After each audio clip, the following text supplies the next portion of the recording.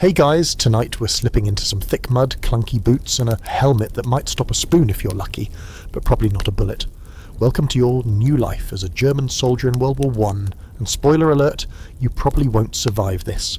Not because you're not clever or tough or emotionally resilient or any of that, it's just, well, statistically, this whole thing's a meat grinder. So before you get comfortable, take a moment to like the video and subscribe, but only if you genuinely enjoy what I do to hit here. No pressure. While you're at it, drop your city and what time you're watching.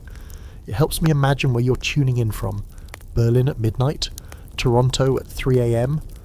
Either way, glad you're here. Now dim the lights, maybe turn on a fan for that soft background hum, and let's ease into tonight's journey together. You're standing on the edge of a muddy train platform in occupied Belgium. It's 1916. Your boots squelch in slush that might be snow, or might be something worse, mixed with ash, manure, and the runoff from overloaded supply wagons. You can hear the distant boom of artillery, soft, rhythmic like thunder. But closer than thunder should ever be, a sergeant barks something in clipped Saxon dialect, gesturing toward a line of wagons. You climb aboard one, backpack awkwardly high, your rifle banging into your thigh with every step. No one looks at each other. Everyone's either dead-eyed from what they've already seen or bracing for the unknown that's coming. The ride is slow. Horses struggle in the muck as the wagon pulls you past destroyed villages and shattered trees. The world looks like someone drew it, then crumpled the paper and threw it into a fire. This isn't the Europe you know. It's scarred, torn, broken, and it smells like rot, gunpowder and manure. A landscape in rigor mortis. Hours pass, you doze off once briefly, head lolling forward onto your chest. Someone next to you is quietly humming some folk tune from Bavaria, maybe? It's eerie, almost tender, and completely out of place. Then suddenly, you're there. Your first trench, just outside Ypres. The wooden ladder creaks as you climb down. The mud at the bottom of the trench nearly swallows your boot. You sink hard. A nearby soldier grabs your shoulder to steady you. Not out of kindness, really, but because if you fall, you're taking him with you. You mutter thanks. He just grunts. Everything here is brown, the dirt, the sky, the faded uniforms. Even the water that pools in the corners of the trench has a sickly brown hue. You smell rust, wet wool, smoke, and the faint, constant whiff of death. It doesn't hit you all at once, but it's there, waiting. Your commanding officer, a wiry man with a moustache so perfect it looks like it was issued, shouts a quick rundown of your duties. Watch, wait, keep your head down, and above all, don't be a hero. He doesn't say it like a warning. He says it like a joke, because you won't have the chance to be a hero anyway. Not here, not in this war. You're assigned a post near a communications wire. The corporal beside you is named Jürgen. He's 23 and already looks 40. He offers you a cigarette, which you take even if you don't smoke, because saying no to anything here makes you seem soft. You puff awkwardly, try not to cough, and listen while he rattles off advice.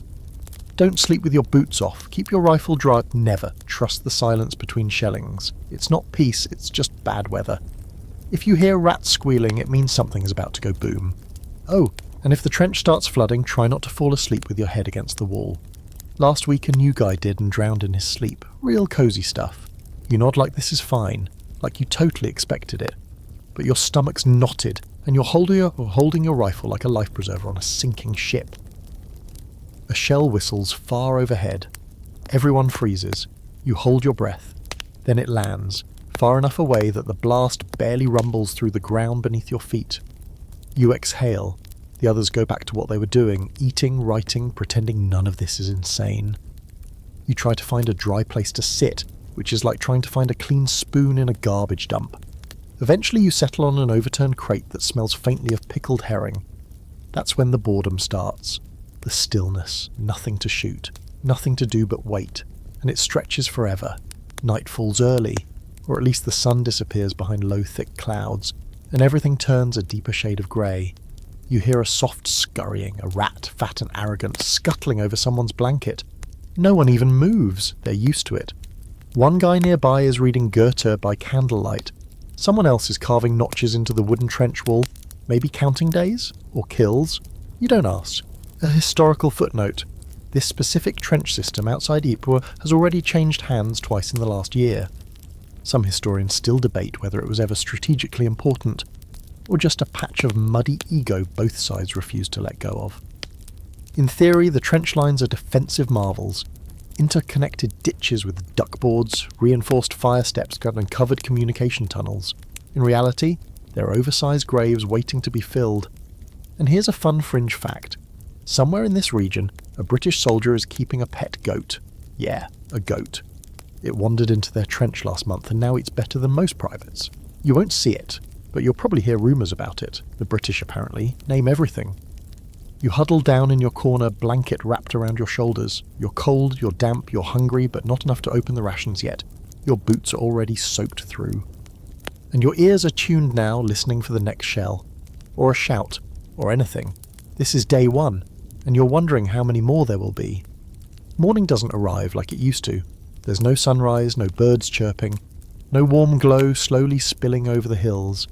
Instead, a pale, soupy light just sort of seeps in from above, making everything in the trench look even more lifeless than the night before. You wake with your neck bent at an awkward angle, the crate beneath you creaking as you shift. Your blanket is wet, not just damp, soggy like someone soaked it in soup and slapped it back over your shoulders.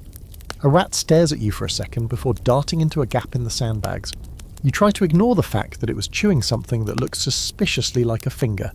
Today is your orientation.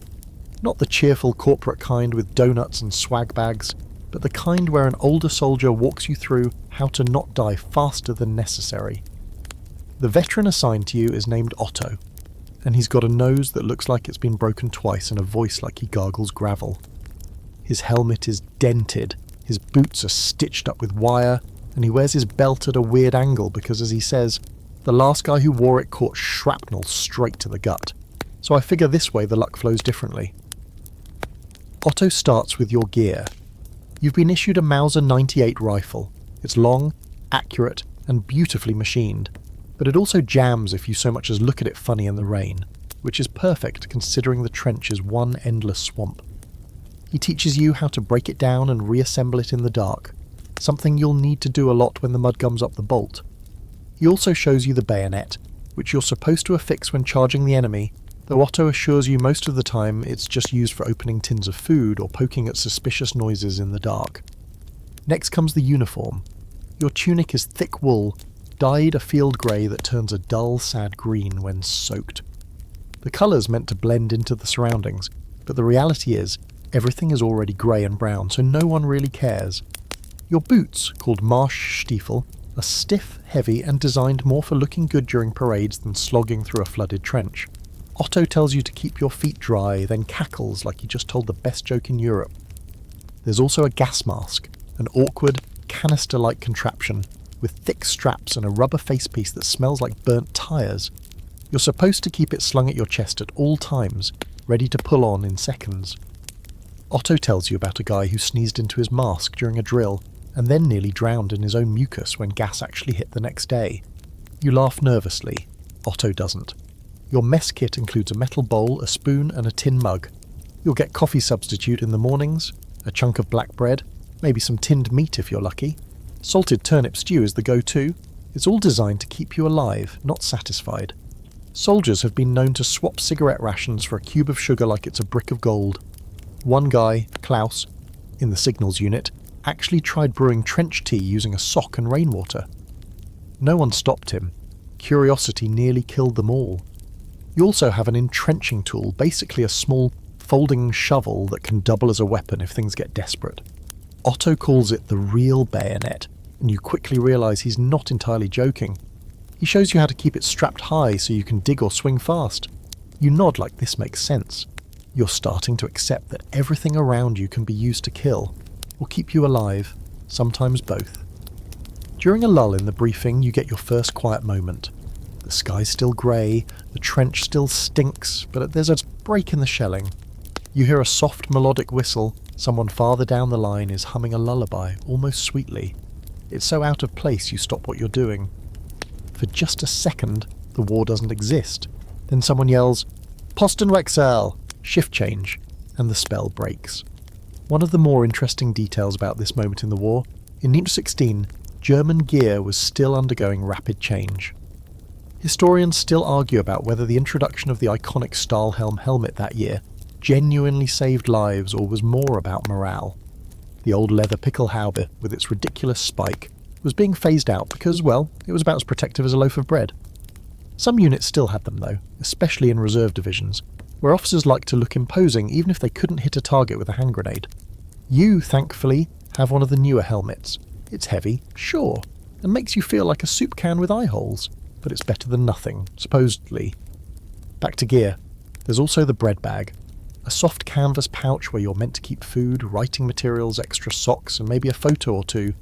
Yours is already half full of damp cigarettes, and the tiny notebook you brought from home, which now smells like onions and cordite. Otto notices and snorts. "Don't get attached to paper," he says. "Doesn't survive the rain, and neither do your plans." There's also a basic first aid kit. Bandages, iodine, and morphine if you're lucky. Not enough to fix anything serious, but maybe enough to stop the bleeding and until someone can drag you to the nearest aid station, which, considering the shell holes and snipers, might be optimistic. For all the heavy, uncomfortable stuff, there's a strange superstition clinging to everything you're handed. Some soldiers sew coins into their uniform collars, believing the extra metal might deflect a bullet. Others keep tiny religious charms or carved wooden tokens in their pockets. Otto carries a dented harmonica he hasn't played in months, but refuses to part with. You think about what you brought, a folded photo maybe, or a letter from home, and wonder if that'll be your talisman too. Before you finish your briefing, Otto offers one last piece of advice. Don't trust the equipment, trust your instinct. If something feels off, duck first, ask questions later. Then he lights a cigarette and walks off, disappearing into a wall of smoke as another shell lands somewhere in the distance. You're left standing in the grey, gear weighing heavy on your shoulders, trying to remember everything. Your rifle feels too long, your boots too stiff, and your helmet keeps sliding forward over your eyes. But you're officially equipped, armed, ready, or at least you look the part. You learn quickly that the real enemy isn't the British, or even the French. It's the trench itself. This long, narrow ditch carved into the earth has a personality, if you can call it that, and it's absolutely hostile. You try walking the line your first full day on rotation just to get your bearings. 10 metres in and you've already slipped twice, ducked under 3 collapsed wooden braces, and nearly lost your balance stepping over a latrine runoff ditch that smells like something crawled out of the underworld and gave up halfway. Every surface is slick. Every corner hides either a low-hanging beam ready to brain you, or a puddle deep enough to baptize a mule. You find yourself stopping to just look at things. You can't help it. The place is fascinating in the worst kind of way. The trench walls are reinforced with rotting sandbags that bulge like they're pregnant with secrets. Wooden planks, or duckboards, line the bottom where possible, but you quickly learn to test each one before putting your full weight down, unless you enjoy face-planting into foot-deep sludge while 3 guys behind you laugh. You pass sleeping dugouts with sheets of corrugated iron nailed over the top and tarps hanging like sad theatre curtains. One has a door crudely labelled Gasthaus zur Matschhölle. Inn of the mud hell. German humour alive and kicking. Then come the living things. First, the rats. They are not shy. Fat, grey and gleaming with rainwater, they run openly along the trench walls, nibbling at scraps or corpses, depending on what's fresher. One even scurries across your boot as you eat your morning ration. You almost drop your bread into the mud. The other soldiers just shrug. If it's moving, it's healthy, someone mutters. Then lice. You feel them before you even see them. A relentless itch on your scalp, the back of your neck, between your shoulder blades. You scratch until your skin feels raw. Otto says you'll get used to it, then demonstrates how to hold a candle under your uniform seams to kill them off, and you watch as he carefully pinches the spot on his collar, listens for the tiny crackle of a bursting louse, and smiles with the satisfaction of someone who's won a very small war. And finally, the food. Your first full meal in the trenches comes in a dented tin. You pry it open and find a glistening block of what could be meat. Could be, the label says Fleischkonserve, which is German for whatever we had lying around the slaughterhouse. It's grey, smells like salty shoe polish, and has the consistency of wet sponge. You eat it anyway, because you're starving. You chase it down with hardtack that nearly breaks a molar, and a half cup of lukewarm coffee substitute that tastes vaguely of acorns, maybe burnt rope. The culinary low point hits later in the day. Klaus, the same guy who made sock tea, gets creative again and attempts to stew leftover turnips in a helmet. The result is a pale, sludgy mess that smells like boiled leather and loneliness. No one eats it. Even the rats avoid it. But you still offer a spoonful to a passing corporal out of politeness. He doesn't laugh. That night you help with trench maintenance. The walls are collapsing again, soaked through from another day of relentless drizzle. The higher-ups call it drizzle, but really it's just rain that's given up on itself. You use a shovel to toss new dirt into the walls. Try not to gag at the sudden appearance of what might be a bone. Could be from a pig. Could be from the last guy stationed here. You don't ask. You don't want to know. One soldier tells you a story while you work. Something about a French sniper who's been picking off soldiers who linger too long near the trench lip. They call him Le Spectre. Voilà. And no one's sure if he's real or just trench gossip spun out of boredom. Still, you notice that everyone stays low, and you follow their lead. As night falls, the rats get bolder. They climb across sleeping soldiers, chew through discarded boots, and steal what little food is left in unattended bags. One guy wakes up screaming with a rat still on his chest. You and the others swat it off, then settle back into your blankets as if nothing happened. That's how fast the horror becomes normal. You also get your first whiff of a corpse that's been buried too close to the surface. The smell is layered. Earthy at first, then sour, then something sharper that makes your stomach churn. The others notice too, but no one comments. One of them spits into the mud and goes back to carving a piece of wood into what looks like a tiny horse. The things people do to stay sane. Here's a strange historical tidbit. Many German trenches, especially early in the war, were considered more deluxe compared to Allied ones. Deeper, better built, sometimes even featuring bunks or stoves, but by near 16, the constant shelling and rotations meant most of those features were gone, wiped out by artillery, erosion, or sheer neglect. Your trench? It's definitely the economy version. No bunks, no stove, just mud, mould and a thin roof of hope. You try to write a letter home, the pencil breaks twice and your hands are too numb to grip it properly. You finally manage a few lines. You lie, of course. Tell your family everything's fine, the food's decent, morale's high, you're holding up well. You sign it, fold it and hand it to the courier the next morning knowing it might never make it out. Or that they might receive it weeks after hearing something very different from the War Office. There's an ongoing scholarly debate among war historians about whether soldiers became numb to trench life or remained quietly broken the entire time. Some argue the human mind adapts, compartmentalizes, rewires itself to function in horror. Others say the trauma just burrows deeper, resurfacing later in strange habits, broken sleep and sudden silences. You think about this as you lie down that night, blanket damp around your shoulders, the smell of mould and rot in your nostrils, and a single rat nibbling something soft near your head. You close your eyes, try not to think about it. Just one more night. It begins as a low, distant rumble, so soft you think it might just be your stomach protesting last night's bread. But the sound grows, pulsing through the earth beneath your boots until the walls of the trench begin to tremble ever so slightly. You freeze mid-chew, half a mouthful of cold turnip stew sitting in your cheek like regret. All around you, heads lift. Cigarettes stop mid-puff. A boot being laced gets abandoned halfway through the knot. Everyone hears it now. Shells, someone mutters.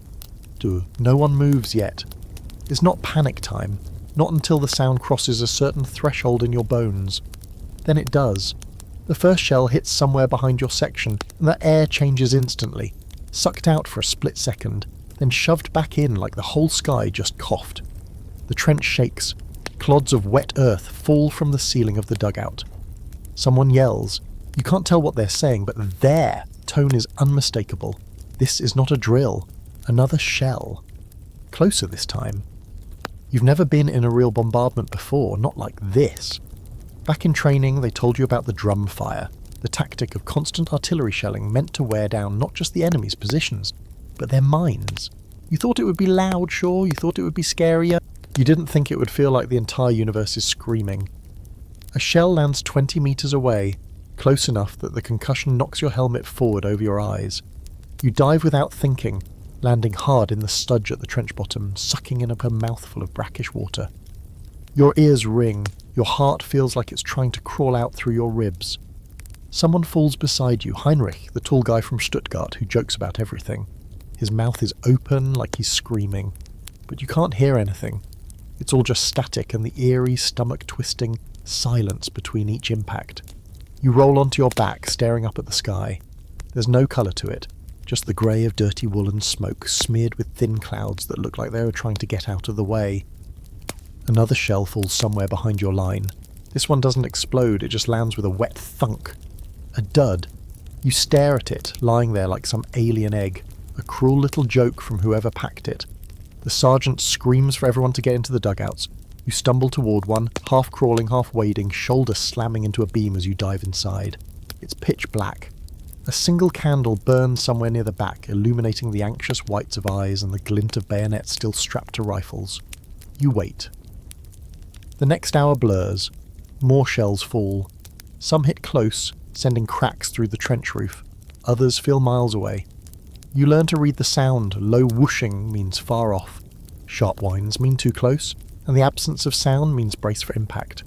You hold your helmet tight, useless as it is, and press your boots against the wall to stop yourself from trembling like a leaf.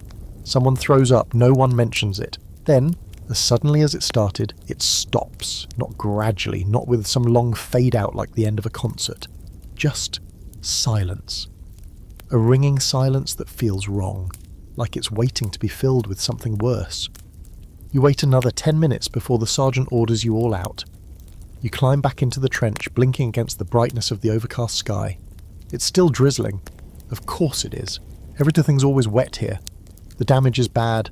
One whole section of trench has collapsed, caved in like a child's sandcastle kicked too hard. You see an arm sticking out, pale and stiff. No one bothers to cut or to dig it out yet. They're looking for survivors first. You help pull aside broken planks and sandbags, but the mud's sucking at your boots like it wants to claim you too. Somewhere a voice is calling for help. Faint, gurgled. You follow it until you reach a gap where the trench wall's been obliterated. Beyond it is a shell crater the size of a small pond, and at the edge, lying half in, half out, is a soldier. You recognise him, barely. It's Becker, the guy who offered you a second spoonful of stew last night, remember? Now his face is half gone. You try not to look, but you can't help it. The other half is staring up at you like he's still expecting a reply to some long-forgotten joke. You kneel beside him, but it's too late. No one says anything. The silence is a thick, sticky thing that clings to your throat. Finally, someone drapes a poncho over him. That's it. On to the next. Here's your historical fact for the night. During heavy artillery bombardments in World War I, it wasn't uncommon for men to be buried alive in their own trenches.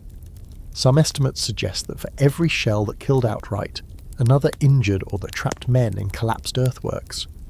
Recovery was often impossible under fire, so they stayed buried, forgotten until the trench shifted again.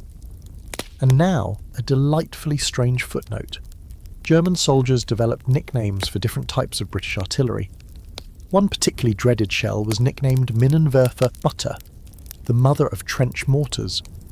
Soldiers claimed you could hear her singing before she hit. The singing was a high-pitched whine, followed by the unmistakable hush of everything going still. You think you might have heard her today. There's debate among scholars about whether soldiers grew desensitized to these barrages over time.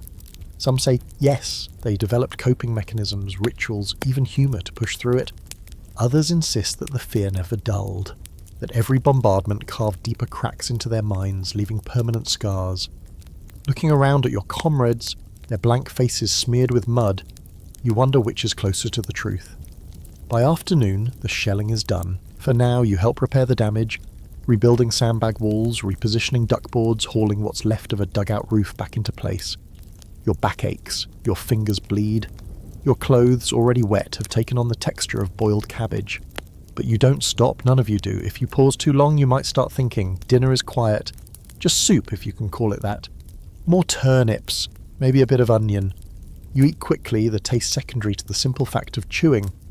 Then you take your post, 1 hour on watch, rifle in hand, eyes scanning the flat nothingness of no man's land through a narrow periscope. Everything feels wrong. Too quiet. You know another bombardment could come at any time. Or worse, a raid. You grip your rifle tighter and count the seconds. You've survived your first barrage. That's more than some can say. But it's only day 3. You're off duty, finally. Your rifle is leaned against the dugout wall. Your boots are steaming faintly from where you kicked them off. Yes, despite the warnings. And you've slumped down into a sitting position that doesn't qualify as comfortable. but at least doesn't involve standing. A scrap of cloth is draped across your chest in a half-hearted attempt to stay warm. Your fingers are stiff from gripping the rifle for hours. You smell like wet wool, old smoke, and that ever-present perfume of rot. Welcome to your evening routine. Someone passes you a letter. It's been folded and refolded so many times it looks like a damp flower. No envelope, just paper and string. The mail system works, kind of, sometimes, when it feels like it. The fact that anything has made it through to you is something of a miracle. You take it without ceremony and press it flat against your knee to read. The handwriting is familiar. Your mother's. The curves of the script are precise but starting to shake, and you can tell she used her best pen. She always does when she's scared.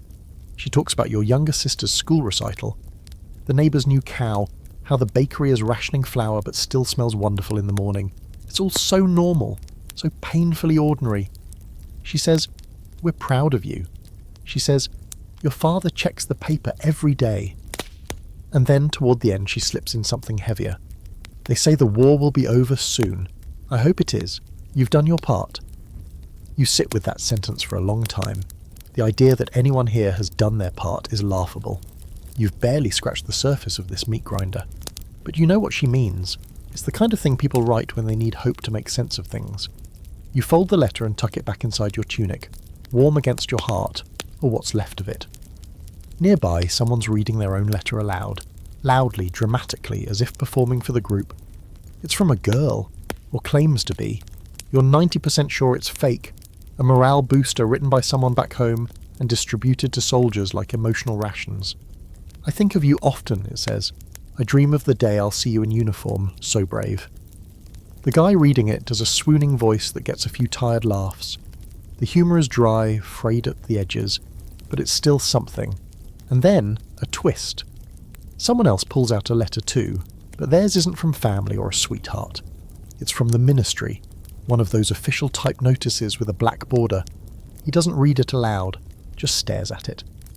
After a minute, he stands up and walks off down the trench, his silhouette a stiff, squared figure swallowed by the shadow. No one says anything. You don't have to, you already know what it said. You lie back and stare up at the dugout ceiling. Someone's carved names into the beams, dozens of them. Dates, initials, a few dirty sketches of women that barely resemble anything human.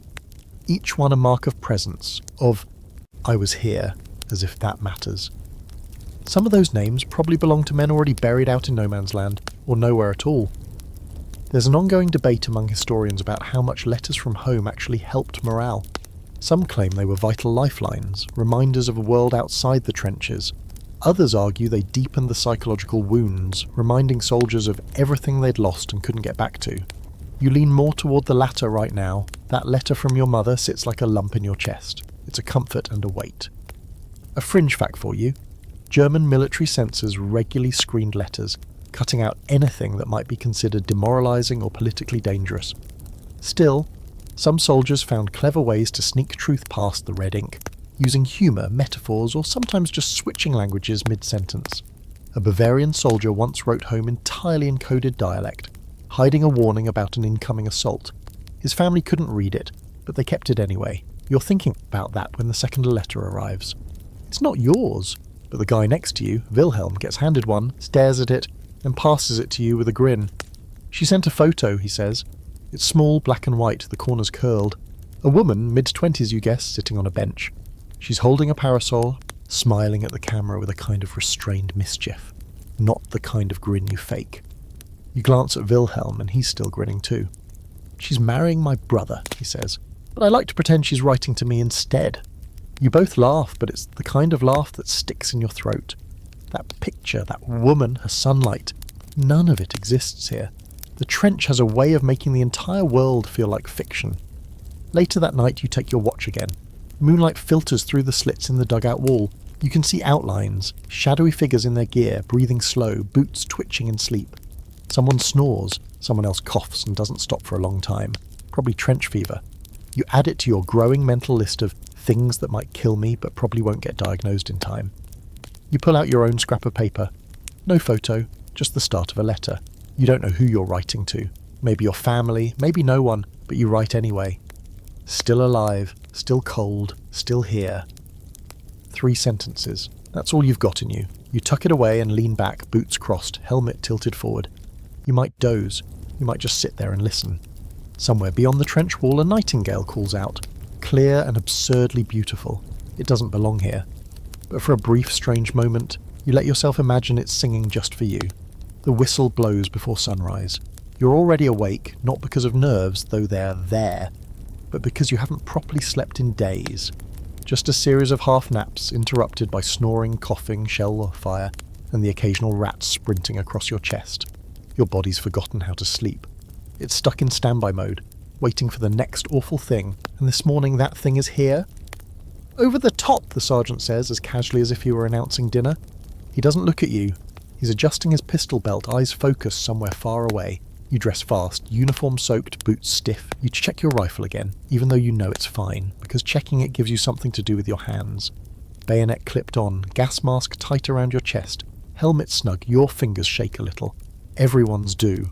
No one comments. This is it, your first offensive. The trench is packed with bodies, living ones for now. Soldiers shoulder to shoulder, backs pressed against the muddy wall, eyes wide and blank. Some are whispering prayers, others are just mumbling whatever comes to mind. You hear the guy next to you muttering about chickens. The hens will miss me, he says. They always peck my boots when I bring grain. Stupid birds. You nod. Because what else do you do? Someone hands you a shot of schnapps.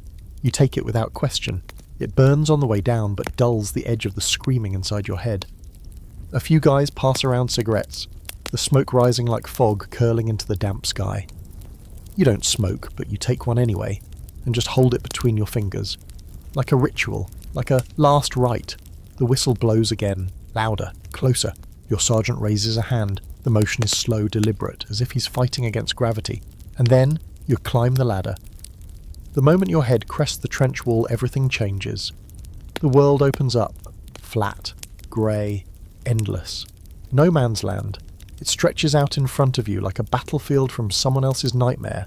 Cratered earth, twisted barbed wire, shattered tree stumps clawing at the sky, smoke curls in pockets drifting like lazy ghosts. It's quieter than you expected. That's the worst part. You stumble forward. Your boots catch on the uneven ground, slick with recent rain and God knows what else. Around you dozens of men are doing the same, moving in a wide line, rifles ready, bayonets fixed. No one is running. You don't sprint into battle in real life. You trudge, slowly, carefully, like you're walking across a floor made of broken glass and wet eggshells. Then comes the sound, a crack, sharp and close, then another. Rifle fire. The enemy's awake. You duck low, but there's nowhere to hide. No man's land doesn't offer cover. It offers choices. Crouch lower and become a smaller target, or keep moving and hope speed works better than stealth. You do both badly. To your left, someone jerks backward, arms flying wide. He falls face first, doesn't move. You step around him, not out of cruelty but necessity. There's no time. Machine gun fire kicks in. The noise is devastating, like someone ripping canvas with a chainsaw. Dirt sprays into the air beside you. A man screams. You can't tell where it's coming from. You reach the first strand of barbed wire. It's twisted like a steel bramble patch, coated with scraps of uniform, dried blood, even a boot hanging from one coil like a grotesque decoration. Someone throws a Bangalore torpedo. Improvised explosives packed into tubes under the wire. It blows, tearing a gap just wide enough to crawl through. You go. Your hands bleed instantly. The edges of the metal grab at your sleeves, your skin. You taste copper. Is it from biting your tongue or from the air itself? You don't know. You fall into a shell crater and lie still. Just for a second, just long enough to catch your breath. The mud is warm and sticky. You press your body into it and feel the vibration of the battle through the ground itself. Then you climb out and move forward again. This is the part they never train you for. The disorganized scramble, the feeling of being half blind, deaf in one ear, running toward nothing in particular. There's no clear objective, just forward, always forward, ahead the British line. A row of sandbags, rifles poking over the top, shadows ducking and reloading. A man yells in English, something you don't understand. The sound is fast and harsh. Someone beside you fires. You fire too, almost by accident. Your rifle kicks into your shoulder, and you don't even check to see if you hit anything. You just keep going. And then, miracle, you reach their trench. It's chaos. Absolute chaos. Men tumbling over the sandbags, rifles swinging. Someone drops their gun entirely and starts punching. Another tries to stab a bayonet but misses and falls flat. You jump into the trench and land hard on your knees. British soldiers do right in front of you. He's just a kid. You freeze. So does he. Then he runs. You don't follow. There's yelling all around. Someone screams, hold here, in German. And you realise your squad leader is trying to rally the survivors. You count the men. You started with 30. Maybe a dozen are here now. Maybe less. You crouch against the trench wall, chest heaving, mud caked to your face. Someone is sobbing nearby. Another man is laughing. A wild, hysterical laugh that won't stop. His eyes are wide and he's gripping his rifle like he's afraid it'll disappear if he lets go. A historical fact for tonight. The average lifespan of a soldier during a major assault in WWI measured in minutes. In some battles, German soldiers were lucky to survive 10 once they crossed the top. Some historians claim entire waves of men were lost before even reaching the enemy trench. And here's your strange truth, not every over-the-top charge ended in blood. Some ended with both sides too exhausted to fight. There are documented instances where opposing soldiers locked eyes, raised their weapons, and didn't fire, a human moment in an inhuman place. There's ongoing debate about whether these moments were mercy, cowardice, or simply survival instinct overriding orders. Either way, you wonder what kind of soldier you just became. Your squad regroups. There's shouting, gunfire in the distance, a whistle again, this time signalling retreat. You help carry a wounded man. His leg is gone below the knee. He's singing, some lullaby you don't know. You fall back the way you came, through wire, through smoke, through blood, and slide into your own trench like a ghost. And just like that, it's over. For now. It hits while you're sleeping, if you can even call it that. 1 second you're huddled under your damp blanket, cheek pressed against a damp plank, half dreaming about your mother's cooking. Then suddenly your lungs seize, your eyes snap open, you bolt upright and immediately choke on the air.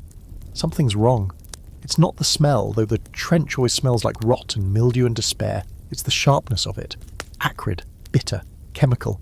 Your nose burns, your throat clenches, and your eyes sting so badly you can barely see. Someone's screaming outside, but it's the kind of scream that's more gargling than shouting. Gas! Gas! Maske auf! You fumble with the satchel across your chest, your hand shaking so badly you nearly rip the buckle instead of unfastening it. The gas mask is inside, rubber, canvas, glass and metal. Supposedly life-saving, but the straps are twisted, and you can't seem to figure out which way is up. The panic swells. For a second, you wonder if you'll die right here, choking on your own incompetence. Then your fingers find the right grip. You pull it over your face, seal it tight. The world becomes muffled. Your breath echoes inside the mask like you're trapped in a tin can. Fog creeps across the inside lenses, and your vision goes hazy. You stumble out of the dugout. The air is thick, low-hanging, pale yellow-green. A chemical fog hugging the ground like a ghost. It swirls around your legs, rising with each breath of wind. Somewhere above, flares are going off, green ones, signalling gas attack. The eerie glow only makes the scene more surreal, like you've woken up in someone else's nightmare. Men are stumbling, shouting. Some didn't get their masks on in time. One soldier is clutching at his throat, eyes bulging, lips foaming. You look away before your brain can make a memory out of it. Mustard gas. You've heard of it, of course. Everyone has. The stories come in whispers. How it clings to clothes, burns skin, blinds, suffocates. How it doesn't kill quickly like bullets or shells. It lingers, super and cruel, soaks into the fabric of your life and waits. That's the part the veterans always emphasise. The waiting.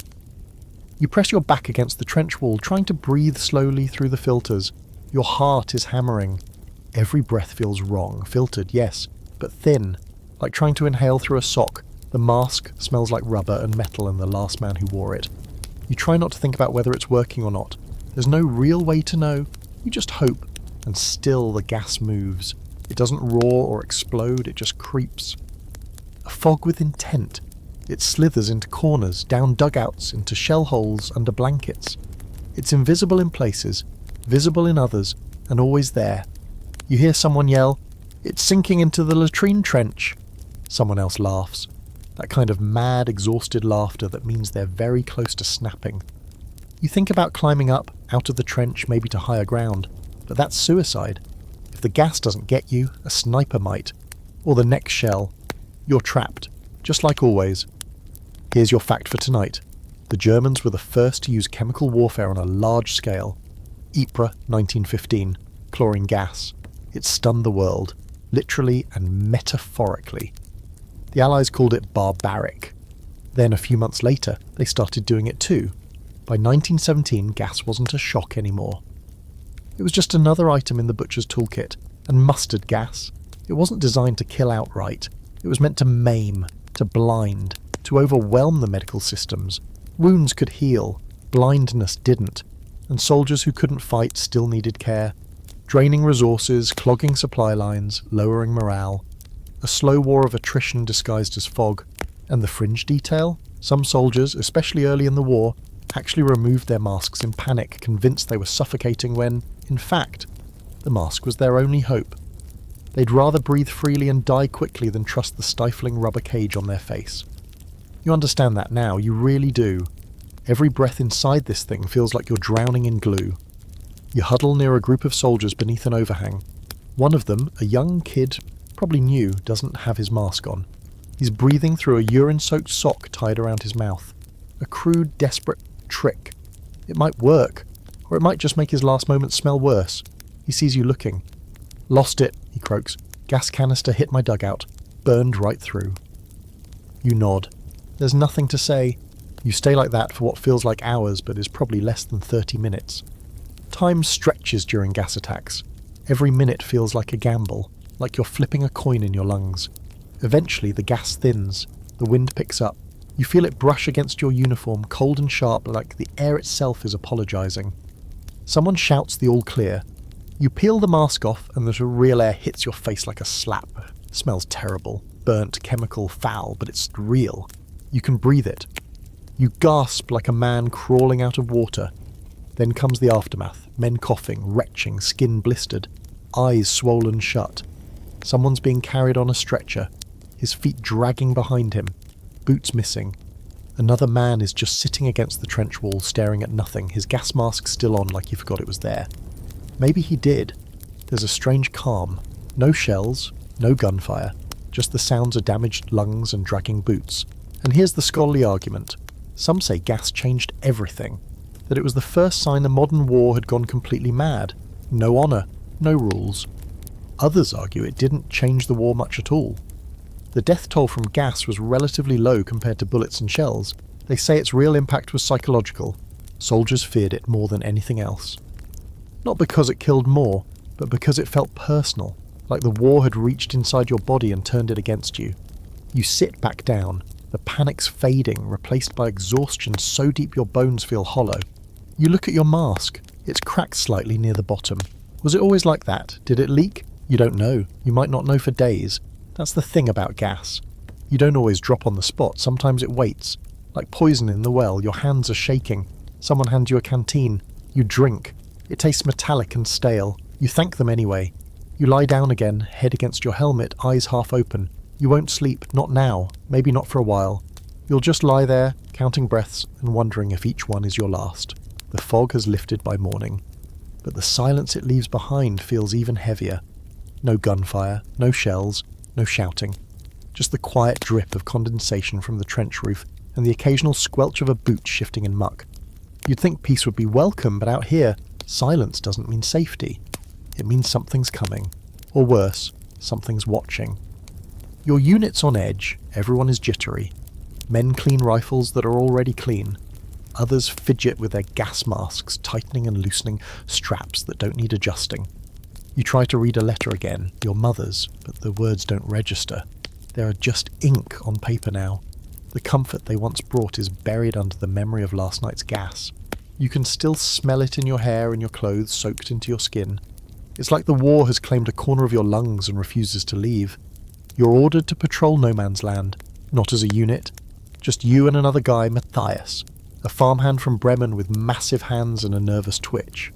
You've never spoken much to him, but he's always offered you half his bread when the rations were low, which makes him basically family at this point. The sergeant pulls you both aside, voice low and clipped. He wants you to go out under the cover of early morning fog and check for enemy movements and mark the position of a rumoured British listening post near the far tree line. You nod. Of course you nod. You always nod when ordered, even if your stomach is trying to climb out through your throat. Matthias adjusts his gear. You both take pistols instead of rifles, lighter, easier to carry if you have to crawl. Each of you has a trench knife tucked into your belt, though neither of you really wants to use it. The idea of stabbing another man up close is still too much, even after everything. That kind of violence feels personal, too real. You climb over the trench wall just before dawn, the light dim and wet like paper left in the rain. The ground is a mess of craters and rusting barbed wire, slick with dew and old blood. You step carefully, boots sinking into mud that's suspiciously warm in places. You don't look too closely at what's underfoot. You've learnt not to. The air is still. Your breath clouds faintly in front of you, then disappears like it was never there. You keep low, knees bent, body curled forward, trying to make yourself smaller. Every step feels like a gamble, every movement a coin toss. You pass a destroyed stretcher. A bent rifle, what might be the remains of a boot with a foot still in it. Nothing is whole out here. Everything is wreckage. Matthias nudges you and points. Ahead, just past a splintered log, a shadow moves. You both freeze. The instinct to duck is so fast it doesn't feel like a choice. You drop behind a low rise, hearts hammering. You peer over, slow and careful. It's a British soldier. He's not moving fast, just crouching behind a log, scanning the distance with a small pair of binoculars. He's alone, or appears to be. His rifle is propped beside him, bayonet already fixed. He looks tired, like you. Maybe younger, maybe not. You look at Matthias. He raises a hand. Wait. Attack. Neither of you knows. There's no clear protocol for this kind of encounter. If you shoot, he'll shoot back. If you retreat, he might call others. But maybe, just maybe, he hasn't seen you yet. Then he looks up, you lock eyes, just for a second. No panic, no surprise, just recognition. You're both human, both equally miserable, equally terrified. Neither of you wants to be the first to move. And then he does the strangest thing. He lowers his binoculars, raises his free hand, palm out, fingers spread. A kind of wave, or maybe a signal. I'm not going to shoot. Not yet. You blink. Then, against every instinct in your body, you nod once and back away. Matthias stares at you like you've lost your mind. You mouth the words, he let us go. Matthias doesn't argue. Maybe he's just relieved. You finish your patrol in silence. You make note of the listening post location, tuck the scrap of paper into your tunic. On the way back, you detour around the same log. The British soldier is gone. Like he never existed. Maybe he didn't. Maybe he was a mirage conjured by exhaustion and gas-soaked dreams. But you felt the weight of his stare. You still do. Here's your historical fact. Unofficial ceasefires and acts of mercy were more common in World War I than most textbooks admit. Beyond the famous Christmas truce of 1914, there were countless small moments. Shared cigarettes, exchanges of wounded, silent agreements not to fire during mealtime. These weren't acts of treason. They were acts of survival. Your fringe fact? There were soldiers who carried family photos from enemy nations. One German soldier had a British wife and fought on the Western Front, all while writing letters to her through neutral Swiss mail routes. War doesn't erase human connections, it just tries really hard to. And of course, the scholarly argument. Some historians believe these small acts of empathy undermined military discipline, that too much fraternization led to hesitation on the battlefield. Others argue the opposite, that it kept men sane, preserved slivers of their humanity in an otherwise dehumanizing war. You climb back into the trench. Your sergeant takes the report, grunts approval, doesn't ask questions. You collapse onto your crate, heart still racing. No one talks about what just happened. You don't know if you should be ashamed or proud. All you know is you're alive, and somewhere, maybe just a few hundred meters away, so is he. Night in the trenches is a strange beast. It's not really dark, there's always some flicker of light from artillery flashes on the horizon, or the occasional flare that arcs overhead, briefly painting no man's land in ghostly white. But it's never properly bright either. Everything lives in half shadow. Shapes shift, faces blur, and you spend half the night squinting at silhouettes trying to decide if it's a British sapper or just a twisted hunk of barbed wire waving in the breeze. Tonight, you've been assigned to a digging party, which sounds, on paper, like the least dangerous job. Dig a few feet deeper, reinforce some trench walls, maybe lay out some duck boards. But under the cover of darkness, these simple tasks often involve crawling out beyond the safety of the trench line. That's right, into no man's land again, armed with a shovel. You and 5 others are sent out with picks, shovels, and barely any light. Your goal is to extend a listening post, maybe turn it into a sap trench that edges you closer to enemy lines. The logic is simple: dig silently, stay low, and if you hear anyone else digging from the other side, report it immediately. That means the British are tunnelling, and if they're tunnelling, they might be planning to blow your position sky high. Because yes, tunnel warfare is a thing. You inch out, belly to the dirt, shovel strapped across your back like a strange sword. The ground sucks at your ninnies. Every movement sends small splashes of mud flicking upward. It's so quiet you can hear your own heartbeat pounding in your ears. You reach the designated spot and start to dig. Carefully, slowly. Every scrape of the shovel blade sounds like a cannon in the silence. Dirt is soft here, but heavy, waterlogged and packed with debris. Rocks, roots, possibly bones. You hit something hard and pause, heartbeat hitching. Is it wood? Shell fragment? You don't find out. You dig around it and keep going. Beside you, one of the others, Anton, murmurs a low song under his breath. Something Slavic sounding, almost mournful. He says it helps him concentrate. You say nothing, but you listen. It feels like a lullaby for ghosts, and then you hear it. A dull, rhythmic thump somewhere beneath your feet. At first you think it's your imagination, just your heartbeat echoing in your ears again. But no, it's steady, hollow, human. Someone's digging. From the other side, you freeze, hand still on the shovel, ear pressed to the ground. The thumping continues, a little faster now. Your mind race. Are they beneath you? Are they aiming for this trench, this exact spot? You motion to Anton, point downward. His face tightens. You both scramble back, slow and low, signalling the others to pull out. No noise, no panic, but every muscle in your body is taut like a drawn bowstring. Back in the trench, you report it immediately.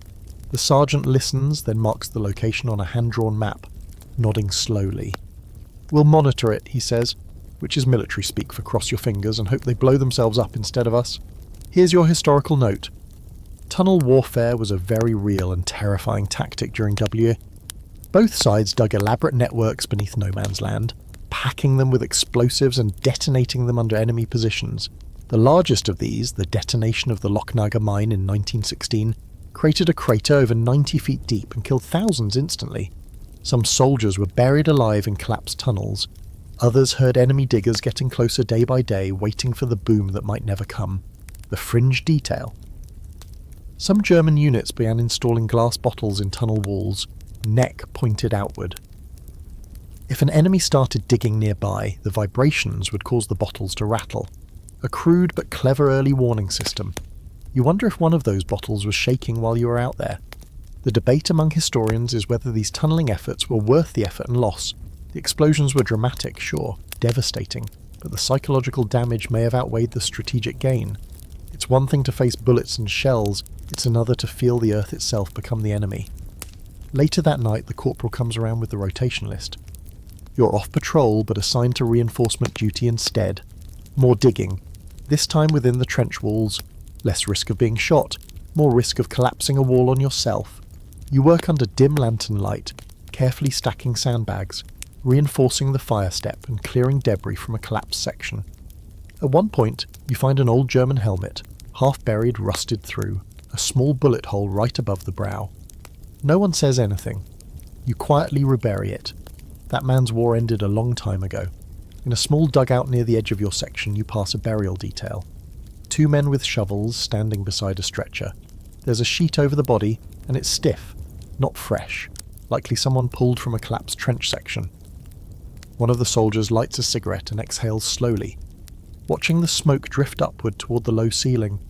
They won't bury him until morning, they're just waiting. You ask his name. They don't know. Back in your corner of the trench you finally sit. Your hands are blistered, your back aches, and your boots are so caked with muck they're twice their original weight. You do anything for dry socks, or a clean spoon, or a world where you never learned what bodies smell like after 3 days in wet soil. You write another letter. This time it's to your brother. You don't tell him about the tunnel, or the helmet, or the stretcher. You talk about coffee, cigarettes and the weather. You say things like, "We're holding the line," and "I'm in good company." Lies, mostly, but that's what letters are for. As you lie down again, if you can call curling up on wet wood lying down, you hear the faint sound of shoveling in the distance. You can't tell if it's your own men or theirs. Either way, you close your eyes and hope it's not directly beneath you. Ration day. You wouldn't think it. But it's almost festive. Not in a real way. No one's stringing up garlands or singing songs. But there's a shift in the air. A low murmur of anticipation.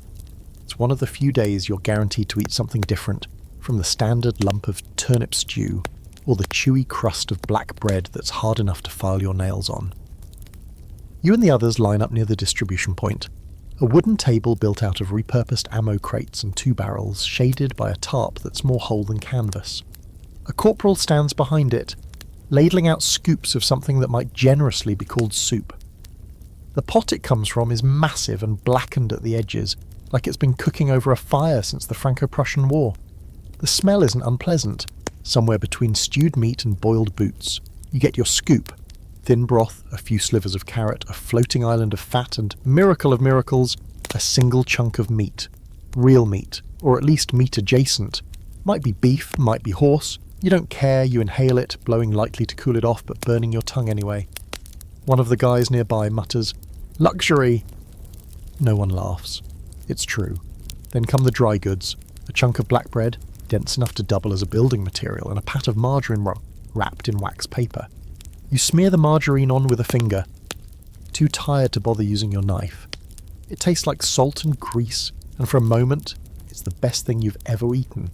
You find a spot to sit, halfway between the latrine trench and the sentry post, and settle in. It's quiet enough to chew in peace.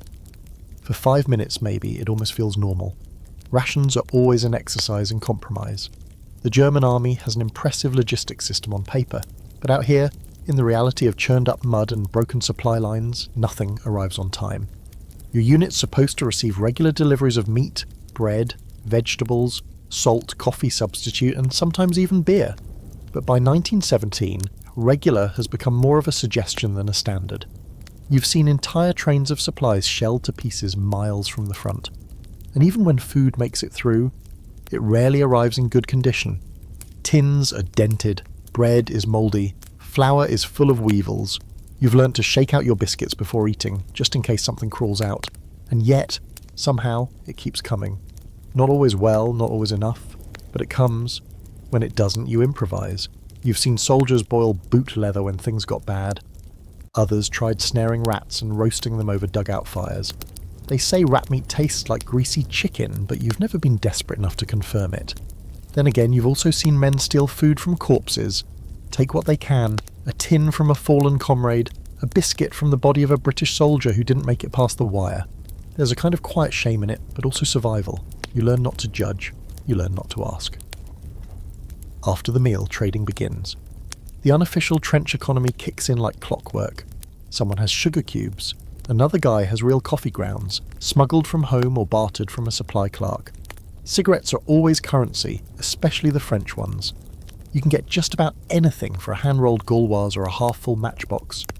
You've got a piece of chocolate in your pack. You've been saving it for weeks. Just a single square, carefully wrapped in wax paper, hidden at the bottom of your spare socks. You think about trading it, maybe for a clean pair of gloves, maybe for a spoon that doesn't bend when you press it into hardtack. But then you fold it back up and tuck it away. Some things you save, even if you don't know why. Here's your historical fact for tonight. The German military had a structured rationing system that included a standard daily ration for soldiers at the front. Typically 750 grams of bread, 500 grams of potatoes, 250 grams of meat, and assorted extras like coffee substitute or beer. But as the war dragged on and blockades tightened, these rations shrank dramatically. By 1918, hunger was as deadly as shrapnel. Now for your fringe detail, soldiers occasionally made boot soup. You heard that right? Take an old leather boot, preferably one that's not entirely rotted, boil it with salt and whatever vegetables or meat scraps you have, and you get a thick, gelatinous broth that probably does more psychological damage than nutritional good. Still, when the stomach growls loud enough, dignity takes a backseat. There's still debate among historians about how much food shortages affected morale on the front lines. Some argue the soldiers became numb to it, just another inconvenience in a long list. Others believe it was the slow erosion of basic comforts, like food and warmth, that really broke the men. You're leaning toward the second theory. A man can face bullets if he's fed, but day after day on an empty stomach, that grinds you down. Later that afternoon, a supply wagon actually makes it through. It arrives with creaking wheels and tired horses, dragging a tarp-covered heap of boxes, crates and sacks. Everyone crowds around, hoping for socks, extra rations, maybe even a letter or two. The driver hops down and starts shouting names. You wait. You always wait. And this time, somehow, you hear yours. A parcel. It's small, wrapped in brown paper, tied with string. You retreat to your dugout to open it. Inside, a clean handkerchief, a bar of soap, sweet-smelling and entirely useless in a place without water, a tiny tin of mustard, and 2 slices of dried sausage. You stare at them for a long time. You don't eat them, not yet. You hide them beneath your blanket and press the handkerchief to your face, inhaling the faint scent of lavender and home. You imagine your mother packing it, wrapping it carefully, tucking it into a box with hands she tried to keep steady. For a minute, the war shrinks, not disappears, never that, but it gets a little smaller, just for a moment. And then the sergeant yells for work detail again, and the world comes crashing back in. You would think the threat of bullets and bombs would be the hardest part of trench warfare. But no, those at least come with noise, warning, adrenaline. You can react, you can run, sort of, but it's the hours in between, the long stretches of absolutely nothing happening, that chip away at your sanity. It's the waiting that really gets you. The boredom. It drips, slow and steady, like water from a leaking pipe. Except this pipe leaks into your brain. Today is one of those days. There's no shelling, no patrols, no gas, no supply wagons to unload, no bodies to bury, no urgent trench repairs. Just the quiet hum of monotony, as sticky and relentless as the mud around your ankles. You wake up late. Not that you meant to sleep in, you just lost track of time because time here is nonsense. It loops, it frays, it unspools without structure or meaning. You wash your face with half a canteen of cold water, rub your teeth with the corner of a rag, and sit on your crate. Then you just stay there. You try to clean your rifle. It's already clean. You try to write a letter, but the only thing that comes to mind is, still here, still tired. You've written that line 3 times now. Doesn't matter who it's to, family, friends, even to yourself. It always comes out the same. Eventually, you join the others in the dugout common space. Common space is a generous term. It's just a slightly less muddy corner where someone propped up a few planks to make a bench. There's a crate of battered playing cards, a half-finished chessboard made from carved buttons and spent bullet casings, and a tattered copy of Der Schimmelreiter missing the last chapter. The same guy has been reading it out loud for the last 2 weeks, stretching it out like it's a serial drama. Nobody dares ask what happens at the end. They'd rather not know than admit it's gone. Heinrich's carving something again. A horse this time, maybe. It's hard to tell with the soft wood and dull knife. He says he's making toys for his son, just in case. You don't ask in case what. Everyone already knows. You trade stories to pass the time. Some are real, some aren't, and it doesn't matter anymore. Stories have their own gravity here. A guy claims he once saw a rat the size of a dachshund, dragging a sock stuffed with bread. Another swears that if you press your ear to the trench wall at night, you can hear voices. Not tunnelling, voices. Not enemy either. Ghosts maybe. Nobody laughs, not really. Someone else tells a story about a British pilot who dropped chocolate over the German lines, wrapped in red ribbon with a note that said, "For your troubles." You've heard this one before. It's probably not true, but it doesn't matter. It feels true, and that's more important. A historical note for tonight. Scars. In quiet stretches of the front, both sides sometimes observed what they called live and let live. Informal truces, often unspoken. If one side held fire, the other did too. Soldiers used these lulls to repair trenches, recover bodies, or just breathe. But if a single shot rang out, accidental or not, it all collapsed. Some officers hated this. They thought too much downtime made the men soft.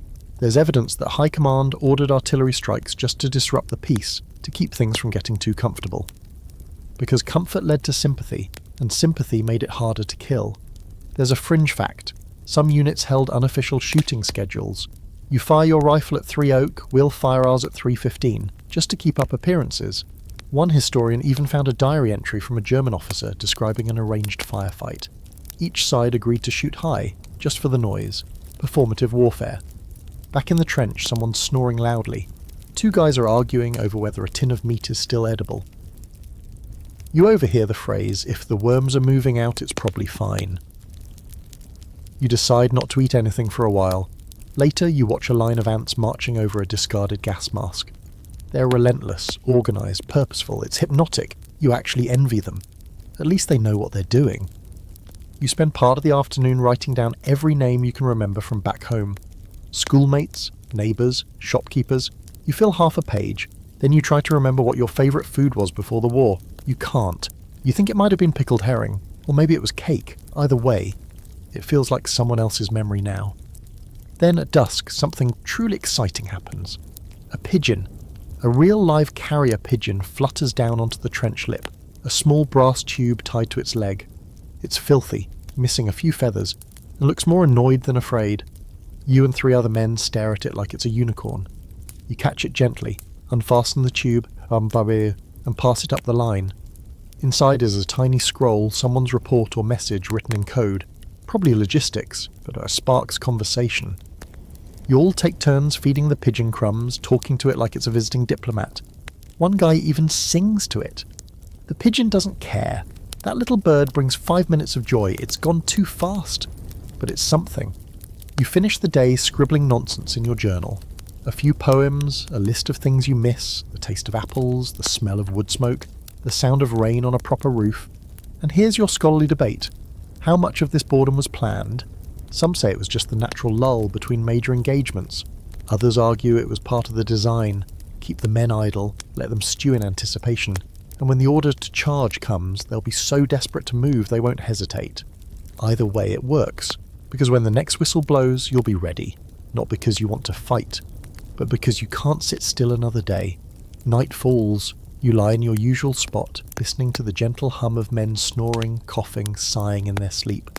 Somewhere in the distance, an owl calls out. You wonder if it's the same one from the week before. You don't feel rested, you just feel paused. The morning surprises you. Not with gunfire, not with a new death, not with a fresh collapse of the trench wall, which, to be fair, happens more often than you'd think, but with something strange and almost alien in its unfamiliarity. Peace. The light breaks through early.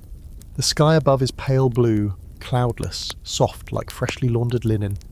And get this, there's sunlight. Actual honest-to-God sunlight. Warm on your sien, no wind, no rain, no thunder of shells rolling across the horizon. For a moment, it feels like waking up in the wrong place. A dream, maybe. You even check your surroundings to make sure you're still in the trench. You are. Of course you are. But something's changed. You climb the fire step and peek through the periscope, expecting to see the usual flat wasteland of no man's land. Craters, bodies, barbed wire, more craters. But what you see instead is stillness. The kind that vibrates. Not eerie, not dangerous, just calm. The grass at the edges of the field is actually green again. In a few spots, wildflowers are growing, actual flowers. Red, white, tiny and stubborn. And you wonder, how do flowers grow in a place where everything dies? You slip back down into the trench and shake your head like you're clearing water from your ears. The sun's probably messing with you. Warmth like this does strange things when your body's been cold for months. The others wake slowly. Some grunt and roll over, surprised that no whistles or shells are urging them up. Others blink against the brightness, shielding their faces like cave dwellers seeing daylight for the first time. You hear laughter, real laughter. Not the bitter kind that usually rolls out after someone falls in latrine runoff or gets chewed out for a missing button. No, this is light. Unforced. One guy starts whistling. Another strips off his jacket and stretches like a lazy cat. It's absurd, but it's real. The sergeant walks by and pauses. He looks up at the sky, squints and mumbles, "Hell must be full." Then he shrugs and keeps walking. You spend the morning doing almost nothing. Some men start drying their socks on sticks, propped over candles like tiny campfires.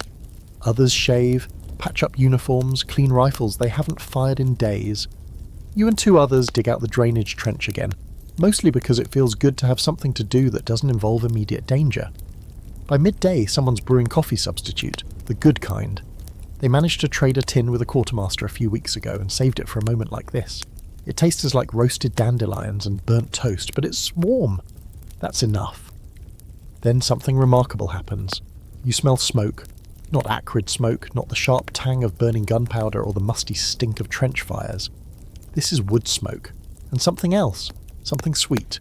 You sniff again, squinting toward the British line, and realise what it is. Coffee. Real coffee. It's wafting from the other side. You're not the only one who notices. Men along the trench start whispering, chuckling. Someone swears they can also smell bacon. Another guy yells, "Oi, save us a plate!" And the laughter rises like steam. You peer through the periscope again. Nothing's moving out there. No patrols, no enemy snipers.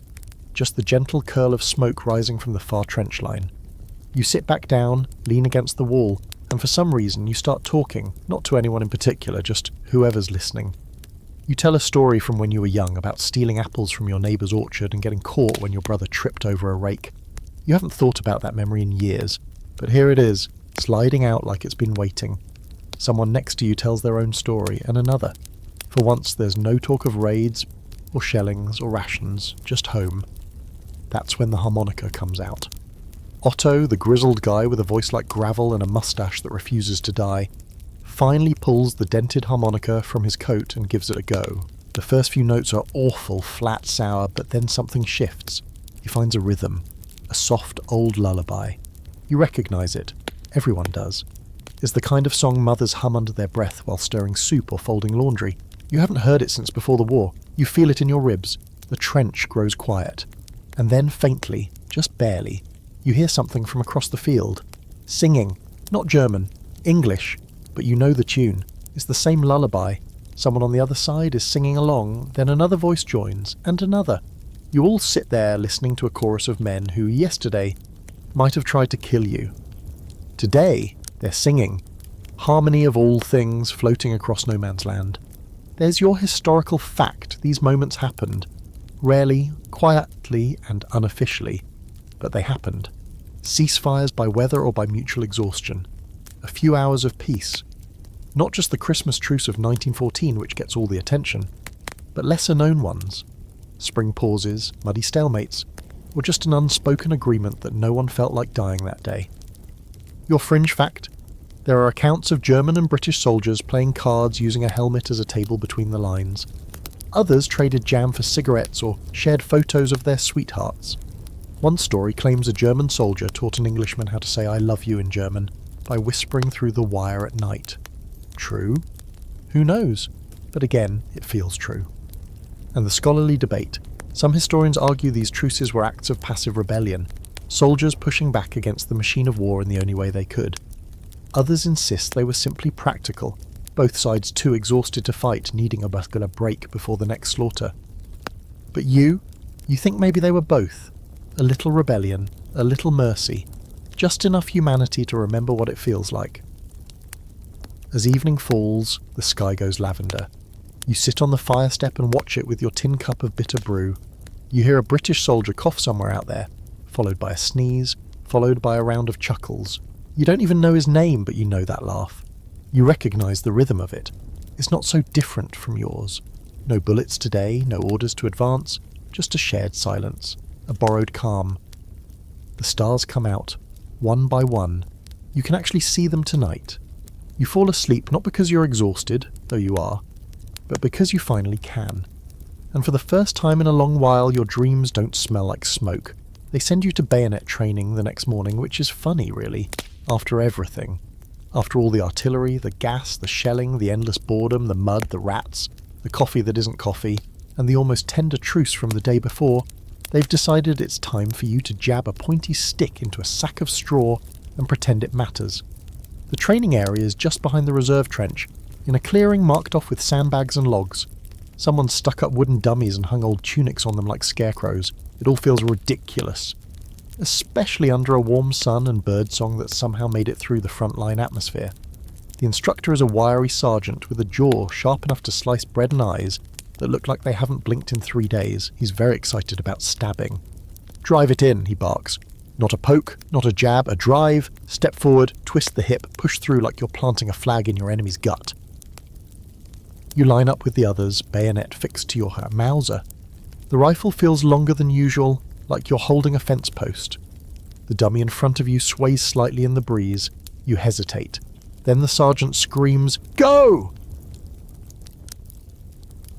And the whole line lunges forward like a violent ballet troupe. You stab. The bayonet punches into the straw chest. It gets stuck. You have to yank it free, twist sideways, wipe your brow. It's clumsy. It's awkward. It's also pointless. And everyone knows it. Here's the thing they don't tell you. Bayonet combat in this war? Rare. Exceptionally rare. Despite all the training, despite all the drills and war films and heroic paintings of charging soldiers locked in hand-to-hand combat, it almost never happens. Why? Because everyone shoots from a distance. Because by the time you're close enough to stab someone, both of you are either out of ammo or dead already, or just too exhausted to do anything more than fall over. And yet you train, because that's the ritual. That's what war is half the time, rehearsing death you'll never perform. After your fourth round of jabbing straw men in the ribs, you notice Matthias has managed to put his bayonet clean through the dummy's head. He looks mildly surprised, then sheepishly pulls it out and shrugs. "Guess I'm a natural." The sergeant seems pleased. He makes you all do it again, this time faster with more shouting. Later he shows you how to block an incoming bayonet strike. He grabs Otto, yes, harmonica Otto, and demonstrates how to catch the rifle with your own, twist it aside and counter with a stab to the stomach. Otto doesn't flinch. You wonder how many times he's done this. Then you wonder if he's ever had to do it for real. There's a break after an hour. You sit on a log, bayonet still attached, hands sore, sweat soaking into the wool of your tunic. A few guys strip off their coats and lay them over to crates to dry. Someone passes around hard candy from a care package. You get one, black currant. It tastes like home for about 4 seconds before the chalky finish reminds you it's wartime candy. You and Matthias talk idly, or he asks if you think you'll ever actually use the bayonet in combat. You shake your head. If I'm that close, something's gone wrong. Or maybe right, he says, then reconsiders. No, probably wrong. You go back for another round. This time you're paired with Wilhelm, the guy who pretends his brother's fiancée is secretly writing to him. He's got a grin on his face like this is just a game, like you're sparring in a pub courtyard. He jabs quick, shallow strikes. You block half-heartedly. Neither of you wants to take it seriously. Why would you? This war isn't a duel, it's a machine. Here's a historical footnote for your collection. Bayonets were issued as standard equipment, and some soldiers took great pride in theirs. The German Seitengewehr 98, yours, was nearly 20 inches long, but by mid-war, soldiers often shortened them or swapped them out entirely. Too long, too heavy, too awkward.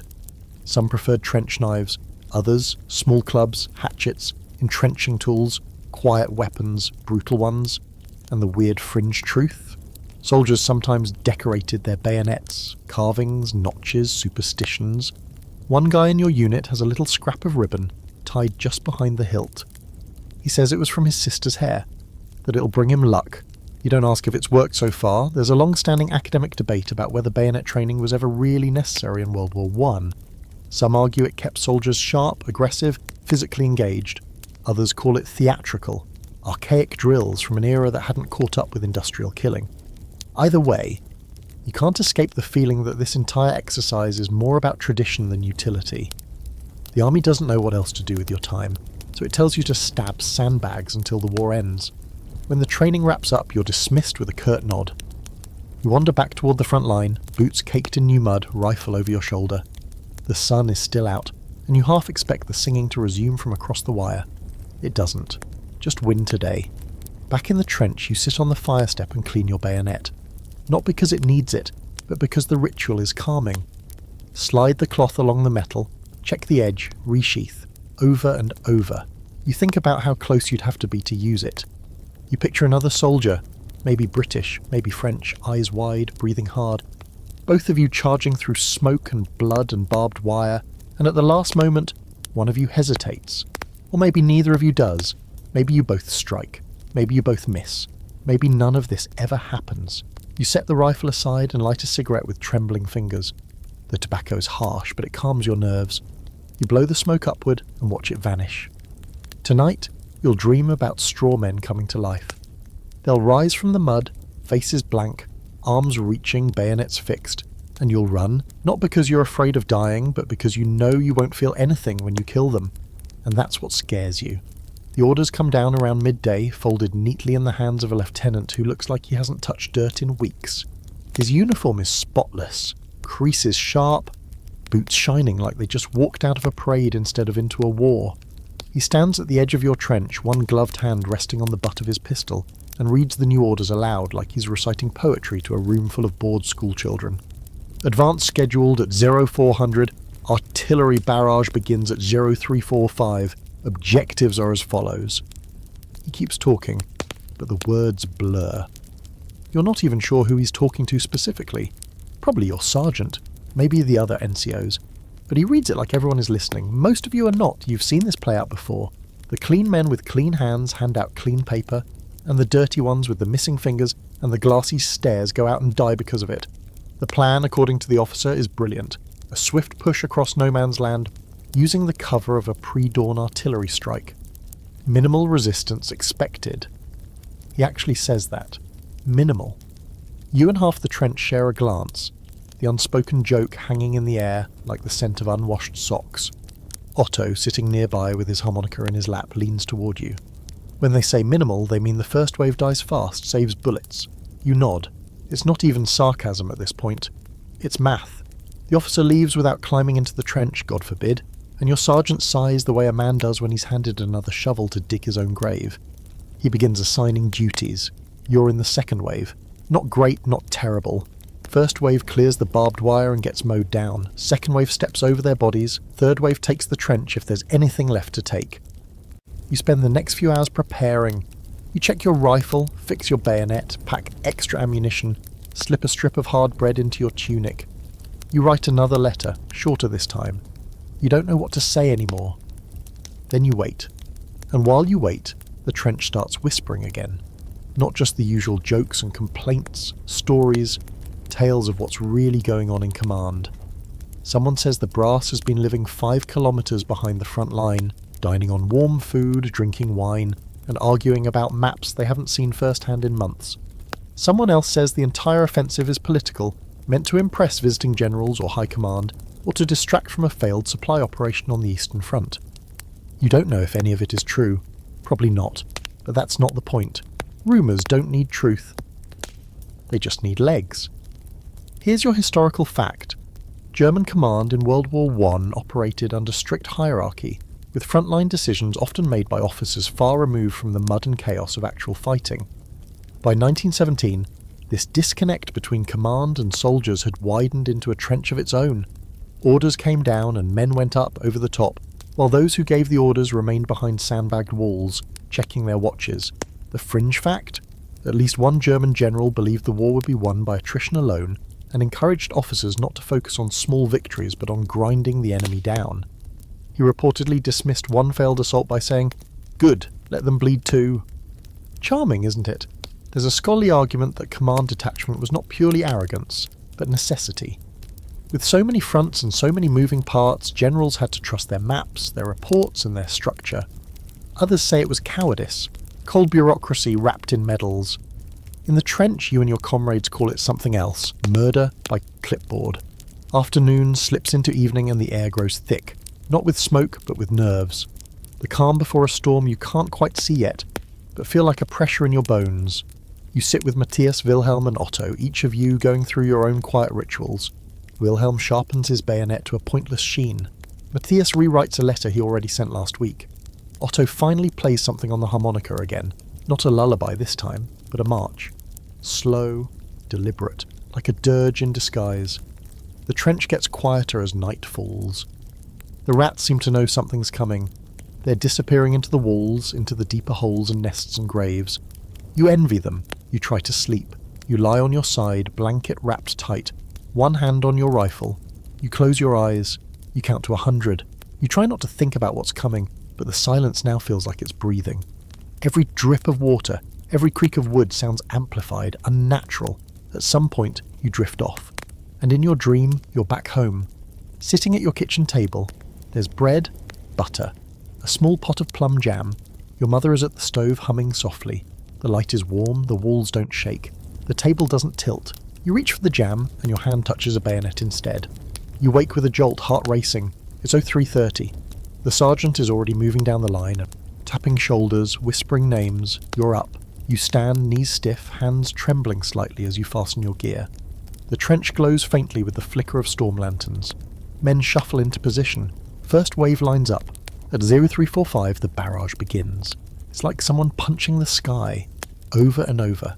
The guns behind you roar, and the horizon in front of you glows orange with impact after impact. You hear nothing but thunder, your breath, your heartbeat. The whistle blows, the first wave climbs up and out, and you watch them go.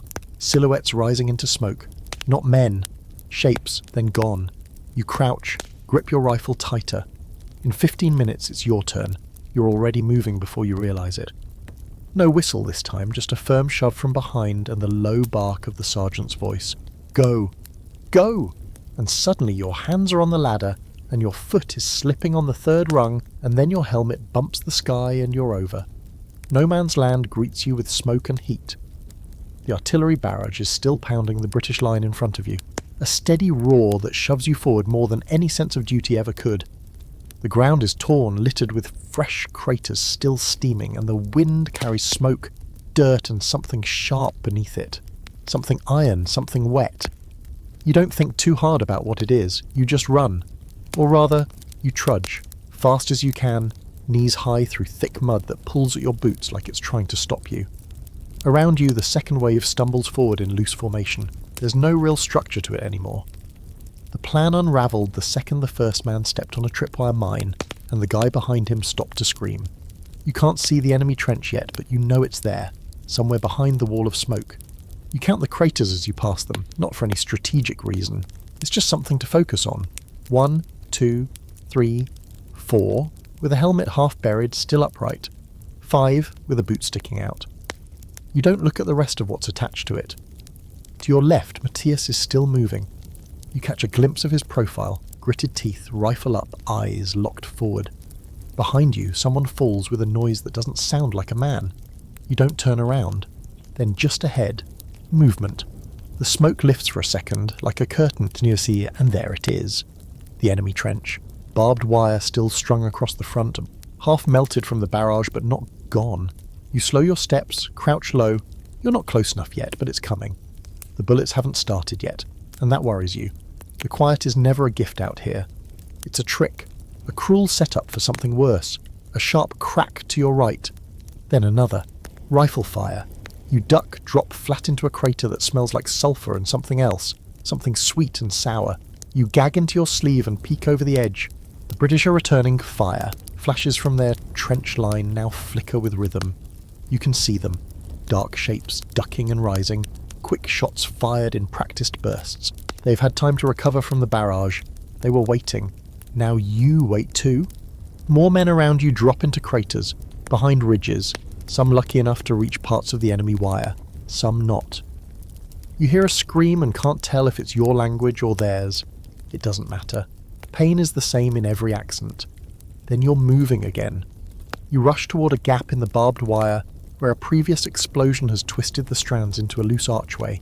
You duck through, hear a sharp ping as a bullet snaps past your ear, and drop again, this time inside a crater just meters from the enemy trench. Matthias is beside you. You don't even remember seeing him follow. He nods once, grim, and then gestures forward. And then, like the Satet, you're up again, charging the final few steps. Mud sprays around your boots. Bullets snap overhead.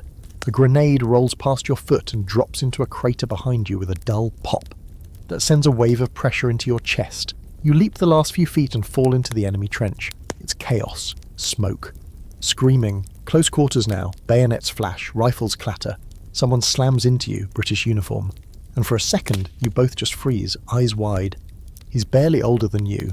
Brown hair, a muddy face, red welt across one cheek. You both raise your weapons at the same time, and then a shout behind him distracts him and he flinches. That's all the moment gives you. You shove him backward, hard, and he trips over the duckboard. He doesn't get back up. You don't check if he's breathing down. There's no time here. You clear the corner of the trench and join a handful of other Germans pushing forward. The British line here is thin, most of them pulled back after the shelling. You're not sure if this is a win or a trap. Your boots slip on blood-slick boards. Your hands are shaking so badly you fumble reloading your rifle. Then you hear it. A voice. German. Crying out. It's Wilhelm. You double back and find him slumped in the corner of a communication trench, clutching his shoulder. Blood soaks his sleeve, but he's conscious. Bayonet, he gasps. Caught me. You crouch beside him, pull a field dressing from your pack, press it hard against the wound. He groans, but doesn't resist. It's not deep. You lie. Just a graze. You don't believe it, and neither does he. But he nods anyway. Somewhere nearby, a flare goes up green, the signal to fall back, mission complete. Trench breached, damage done, no need to hold. You throw Wilhelm's arm over your shoulder and half drag, half carry him back the way you came. Every step is a gamble. You expect a bullet, you expect an explosion, you expect death, but it doesn't come. You reach the gap in the wire again, slip through, stumble across no man's land. The shell fire behind you has slowed. The sky is grey again, low and oppressive. Back in the German trench, medics take Wilhelm from you. He doesn't speak, just squeezes your wrist once before they lift him onto a stretcher. You collapse onto the fire step, chest heaving, hands coated in his blood. Here's your historical fact.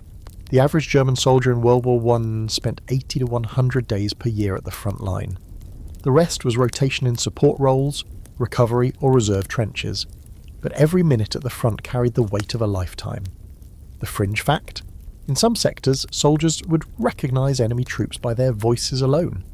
That one yells orders in a sing-song, or that one curses in French when he reloads.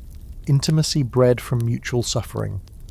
And the open debate, was this kind of close combat rare or underreported? Diaries often skip over it. Letters avoid it. Bayonet kills aren't poetic. They're messy, human, awful, hard to write about. But they happened, and when they did, they stuck with you. You sit in silence, gun across your lap, helmet tipped back. Someone hands you water. You drink. And in your head, you replay the face of that British boy, the one you pushed, the one you didn't kill, not today, maybe tomorrow. You spend the next 2 days in a fog, not from shellfire this time, not from gas or smoke or even weather, but something heavier, something inside you. It's like the battlefield carved out a quiet place in your chest, and now you can't seem to fill it. You go through the functions. Clean your rifle, check the bayonet, help the new kid tie his gas mask bag properly. You eat when they hand you food, you drink when there's water, and you sleep when your body gives up trying to stay awake. But there's a hollowness to it now, like your bones have stopped bothering with the whole being alive thing and are just waiting for orders. Wilhelm is gone. Not dead. Just gone. Sent to a field hospital behind the lines, the kind of place where limbs get taken and spirits get broken in quiet little tents with buzzing flies and exhausted nurses. No one knows if he'll be back. You hope not. You hope he gets to stay gone, with a blanket and a cotton soup that isn't grey. But you miss him all the same, and just like that, his place is filled. There's a new face in the trench, same uniform, same rifle, same wide-eyed expression you wore 6 weeks ago. His name is Ernst, and he's barely 18. You can tell because he still says sir when the corporal walks by, still tightens his boots with care, still winces when the artillery roars in the distance. He asks you too many questions. Do we really use these gas masks? Will there be another attack soon? How long do we stay here? You answer as best you can, but mostly you just grunt. It's not that you don't like him, it's that you can already see it. The timeline, the gradual unravelling. He'll be quiet within the week, hollow by the second, and if he lasts more than a month, he'll stop asking questions entirely. That's when you know someone belongs here, when they stop wanting to understand it. You start seeing strange things. Not hallucinations, not quite. Just odd little details that stand out more than they should. Like a lone boot in a trench wall, his laces still tied as if it had climbed up there itself. Or the way the rats line up near the food stores when it's raining, sitting side by side like tiny grey soldiers waiting their turn. Or the boy across from you fast asleep with a cigarette still burning between his fingers, smoke curling around his face like a lazy halo. Everything's a little too still, a little too unreal. Someone finds a pack of playing cards, and for 2 glorious hours the trench turns into a casino. A game of poker kicks off with buttons, bread crusts, and an unopened tin of beans as the pot. You lose immediately. Otto wins a biscuit and offers you half. You take it without a word. It tastes like chalk and paper. Still better than the stew. Later, someone starts talking about superstitions.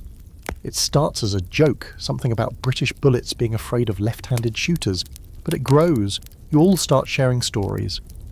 I wear the same socks every mission, someone says. My brother sent me a coin. I keep it in my boot. I never light 3 cigarettes with one match, says another. Bad luck. That one gets nods all around.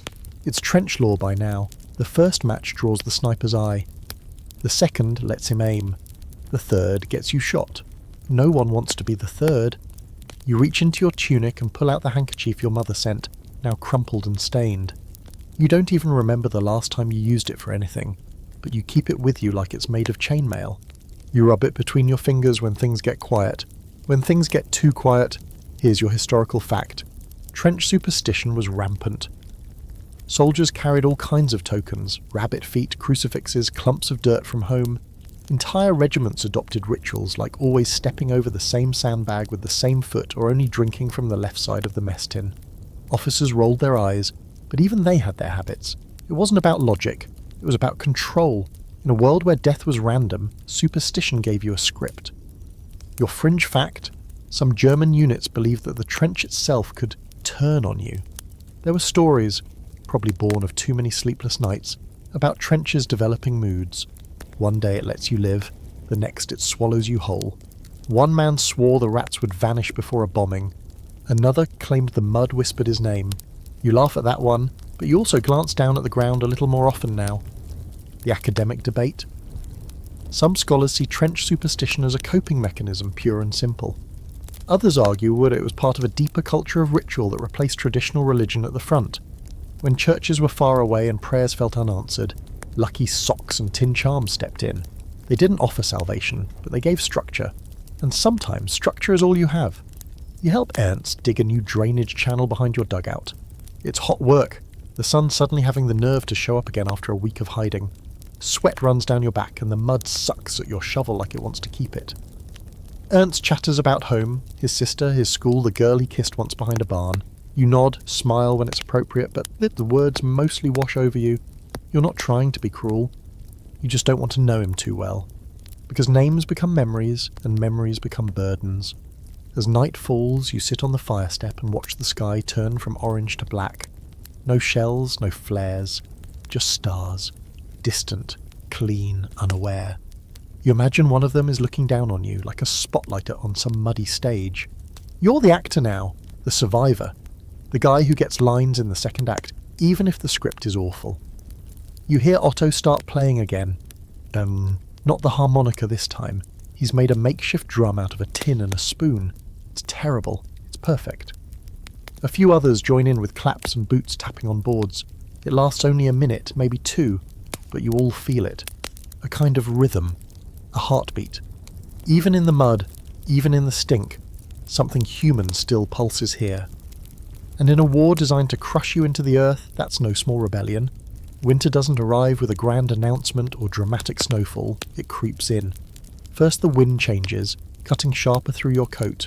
Then the rain starts freezing around the edges of your boots, turning the familiar sludgy mud into a paste that grips harder and lets go slower. Then comes the frost on your helmet when you wake, the numbness in your fingertips that doesn't shake off even after a hot drink, warm drink. Nothing stays hot in the trench for more than 30 seconds. The cold doesn't just enter the trench, it enters you. This is your first real winter at the front, and you were warned, sure, but being warned is different from waking up with your boots frozen to the floorboards of the dugout, or realising the only dry part of your uniform is the back of your left knee. You've reached the part of the war where your biggest enemy, at least for now, is ice. You spend your days working, always something to repair, sandbags stiff with frost that crack when handled, duckboards that snap like brittle bones, drains frozen over until water pools and turns the trench into a shallow skating rink. You slip twice before breakfast, once landing on your back. The second time you go knee-deep into ice water runoff. Your foot doesn't warm up for the rest of the day. You're scared to take the boot off in case the sock comes with it, stuck to your skin. The medics call it trench foot, but that sounds too casual.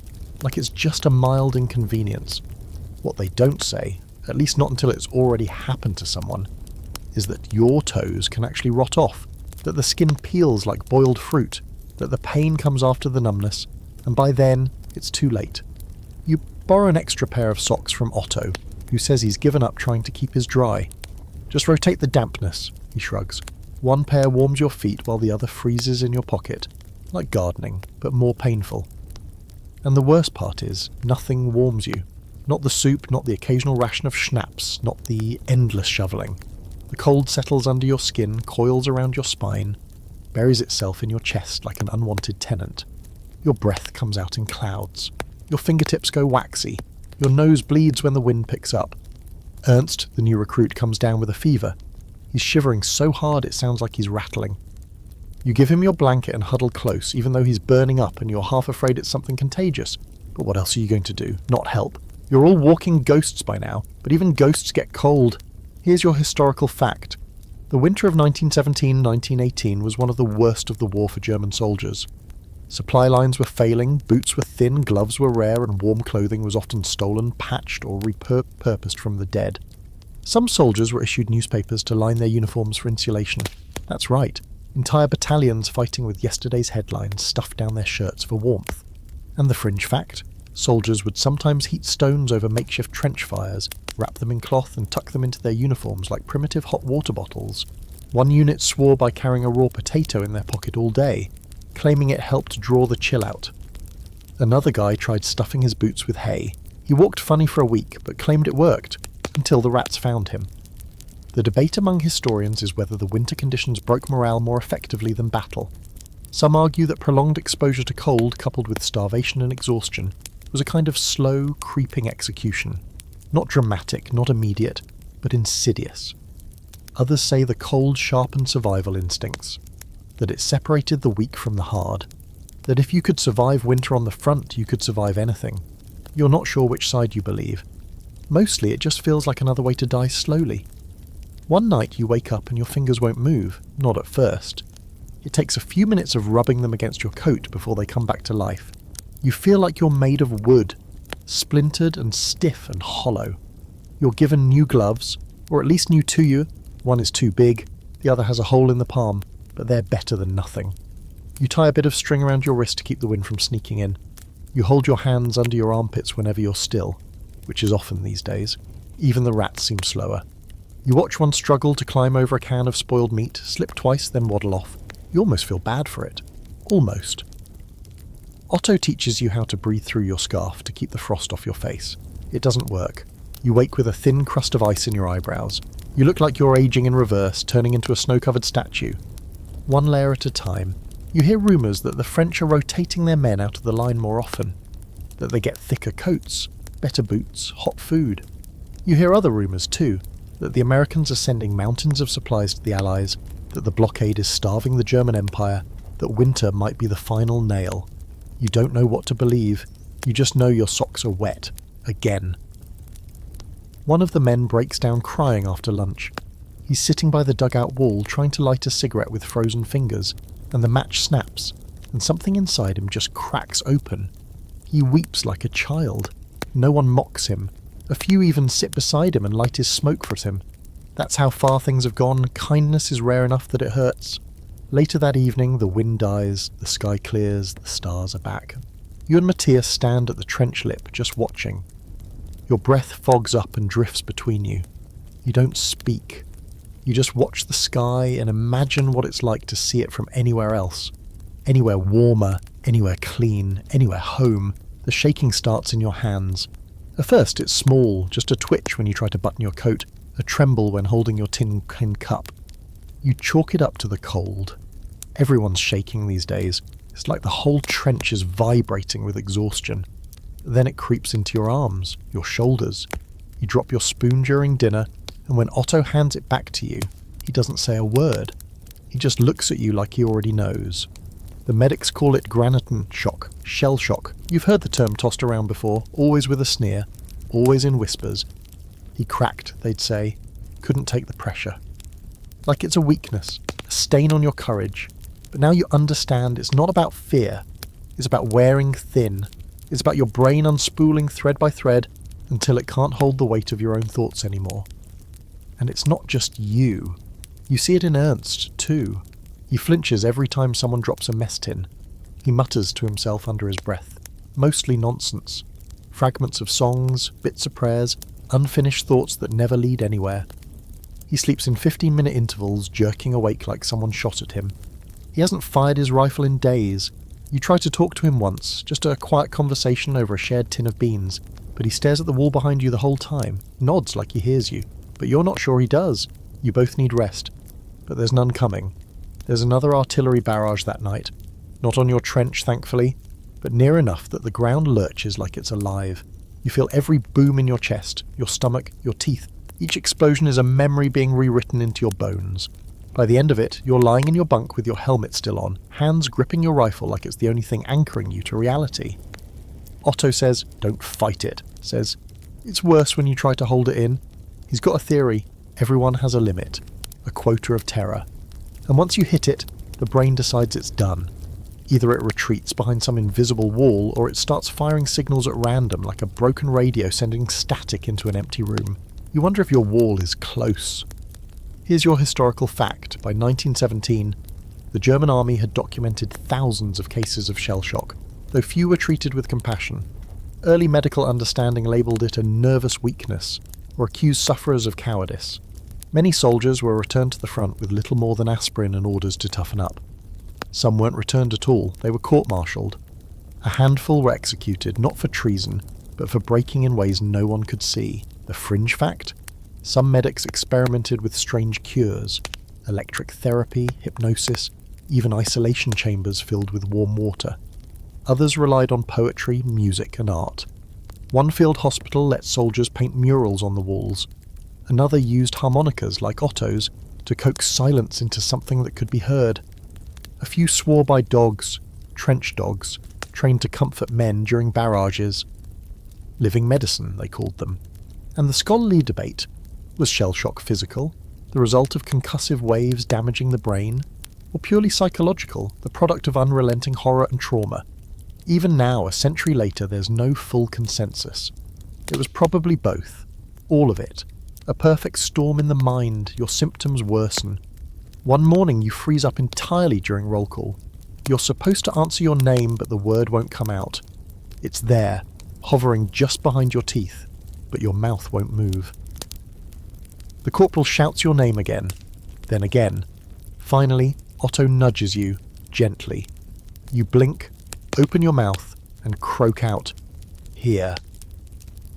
They don't press it, but they notice. You try to ground yourself. You count cracks in the trench wall. You write names in the dirt with the butt of your rifle. You recite multiplication tables under your breath. You even start humming the lullaby Otto used to play on his harmonica, just to feel something familiar. It helps, a little. You dream strange things now, not nightmares exactly. Those would be easier to dismiss. Instead, they're half memories, blurry and echoing. You dream of marching, always marching, through a landscape made of stitched uplimbs and rusted rifles. You dream of a door that never opens, of boots too small to wear, of Ernst holding a bird with no eyes. You don't mention this to anyone. One night you find him awake, sitting on the fire step, rocking slowly back and forth. He's holding a bullet in one hand and a spoon in the other, tapping them together in a rhythm that's almost music. You sit beside him, say nothing, just exist next to him, breathing in sync. It feels like church, the quiet kind. He finally speaks. "I think I left part of myself in the mud last week." Then he taps the bullet again, softly. You nod. You know what he means. You hear more talk about men cracking. A guy in the next company over tried to climb a trench wall during a shelling, claimed he saw an angel. Another refused to speak for 3 days. Just scribbled lines of poetry into the dirt with a stick. They sent him back to command for evaluation. Everyone knows what that means. The strange part is, you don't feel afraid anymore. You feel distant. Like the fear was a train that left the station days ago and you missed it. Now you're just watching the rails, wondering if another one's coming. You stop flinching at loud noises. You stop checking the sky for planes. You stop caring how much mud is in your boots. There's a point where being numb isn't a symptom, it's survival. And you've arrived there. Somehow, impossibly, they call it rest. They pull your unit off the line for a few days, 5, maybe 7. No one's sure. Time is still just a trick the sun plays, rising and setting like it matters. But you've been rotated out of the forward trench, marched several kilometres through slush and frost to a rear area the brass refers to as a rest station. The phrase is almost insulting, because the first thing you see when you arrive is a sign that reads Sammerlager 22, Erholung und Versorgung, Recovery and Supply. It might as well say, Welcome to the spa, soldier. Try not to die on the cot. The place is a collection of sagging huts built from mismatched wood and rusting sheet metal. The roofs leak. The walls shudder in the wind. But compared to the trench, it's a palace. No constant shelling. No need to sleep with one eye open and a gas mask strapped to your chest. It even smells different here. Less like blood and smoke, more like manure and wet straw. You actually find that comforting. The stink of civilian life. Your boots leave behind pieces of the front as you step into your assigned hut. Mud, crusted lice, flakes of ice that melt as soon as you find a fire. There's an actual fire here. Small, smoky, barely throwing heat. But still, fire. You peel off your coat, then your tunic. Underneath your undershirt is the colour of coffee grounds and smells like something that died screaming. The medic takes one look at you and sends you to the wash station. The what? Yes, a real wash station. Buckets of lukewarm water, cracked basins, and a rag so rough it could sand furniture. Still, you wash. You scrub until your skin burns, and then you scrub more, because you've forgotten what it feels like to not be sticky with death. When you're done, you dump the water, and watch it swirl black down the drain. You wonder how much of that grime is yours, and how much belonged to men no longer breathing. There's even a change of clothes. Not new, not clean, but different. Different is good. Your new shirt is 2 sizes too big and missing a sleeve button. You don't care. You could walk around in a flour sack at this point and call it high fashion. Then comes the real surprise. The brothel. Yes, that's what they're calling it. Officially, it's a sanitary facility for morale maintenance, which is the most bureaucratic way you've ever heard someone describe an open secret. It's a long shed with curtains for doors and a military police guard out front, pretending not to hear what goes on inside. The others are excited.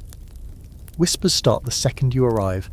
Who'll go first? Who's saving up their ration coupons? Who's been dreaming about this since Verdun? The line forms fast. You don't get in it.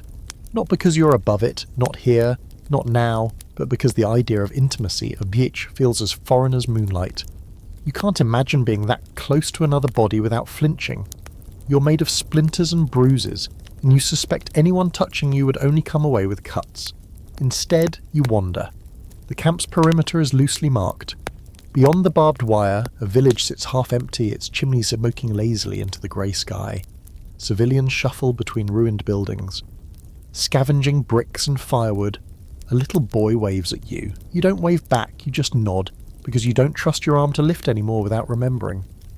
Here's your historical fact. By the middle of the war, Germany had established state-sanctioned military brothels behind most active fronts. These Feldbordell were staffed by women from occupied territories, or Germany itself, many of whom were conscripted under coercive conditions. The goal wasn't pleasure, it was control, a way to manage disease, prevent rape, and boost morale, or so they said.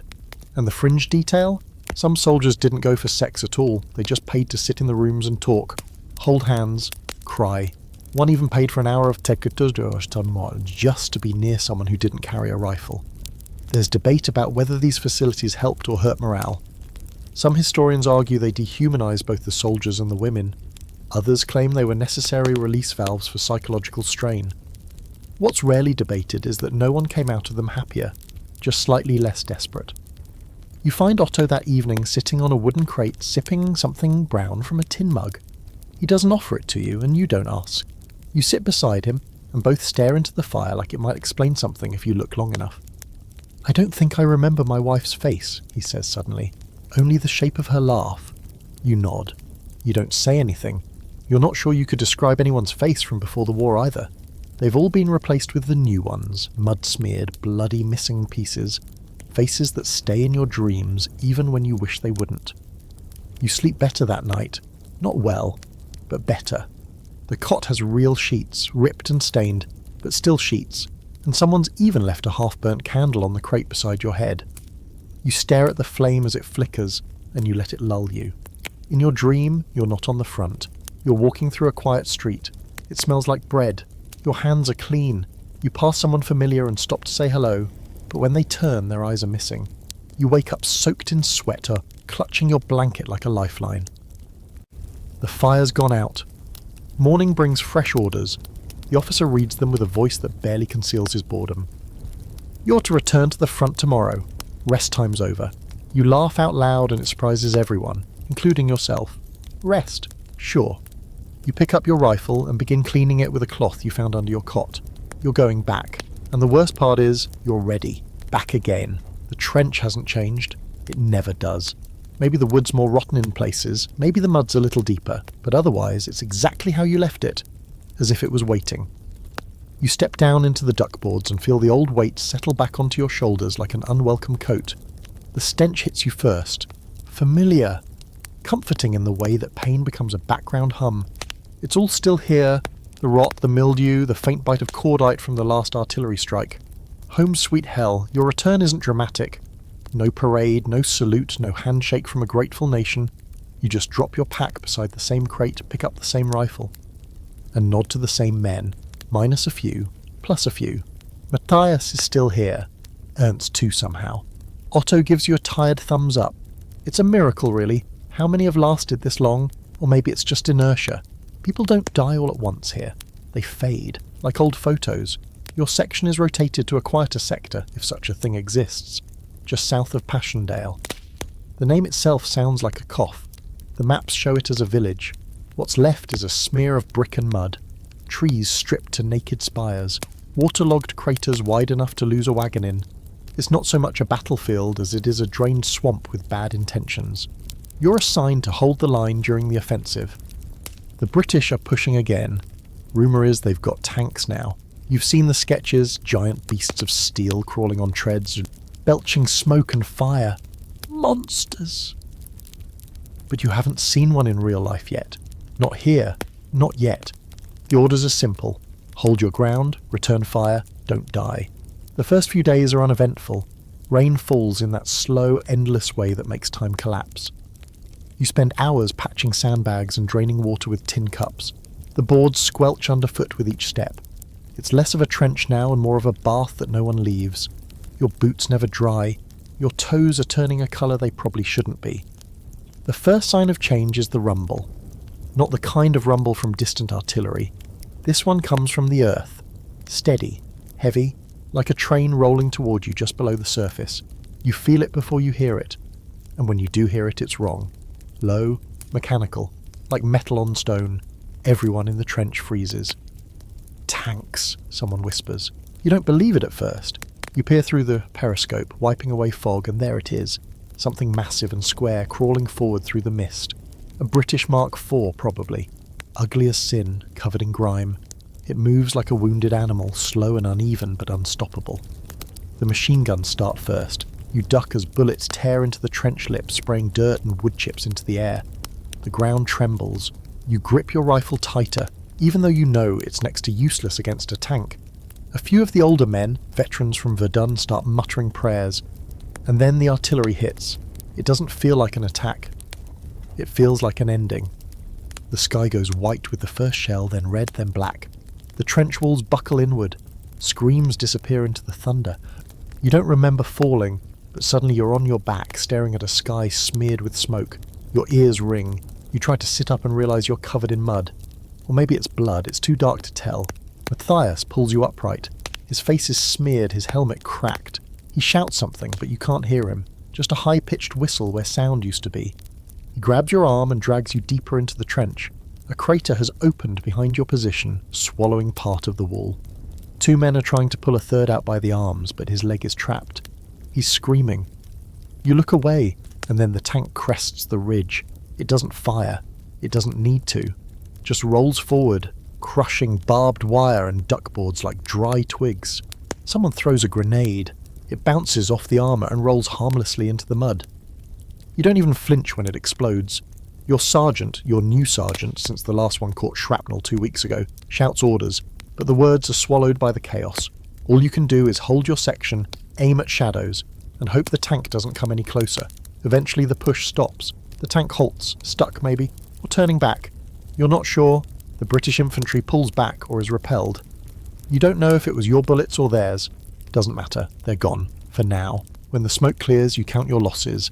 7 dead, 4 wounded, 1 missing. The missing one is Otto. You search the trench twice, call his old name, ask the medics, no one's seen him. You check the collapsed dugout and find his harmonica. Just the harmonica. Bent, caked in mud, missing a reed. You pocket it without thinking. Here's your historical fact. The Battle of Passchendaele, also known as the Third Battle of Ypres, was one of the muddiest, bloodiest conflicts of the war. Fought in Tit 17, it lasted over 3 months and cost the Allies and Germans nearly 500,000 combined casualties.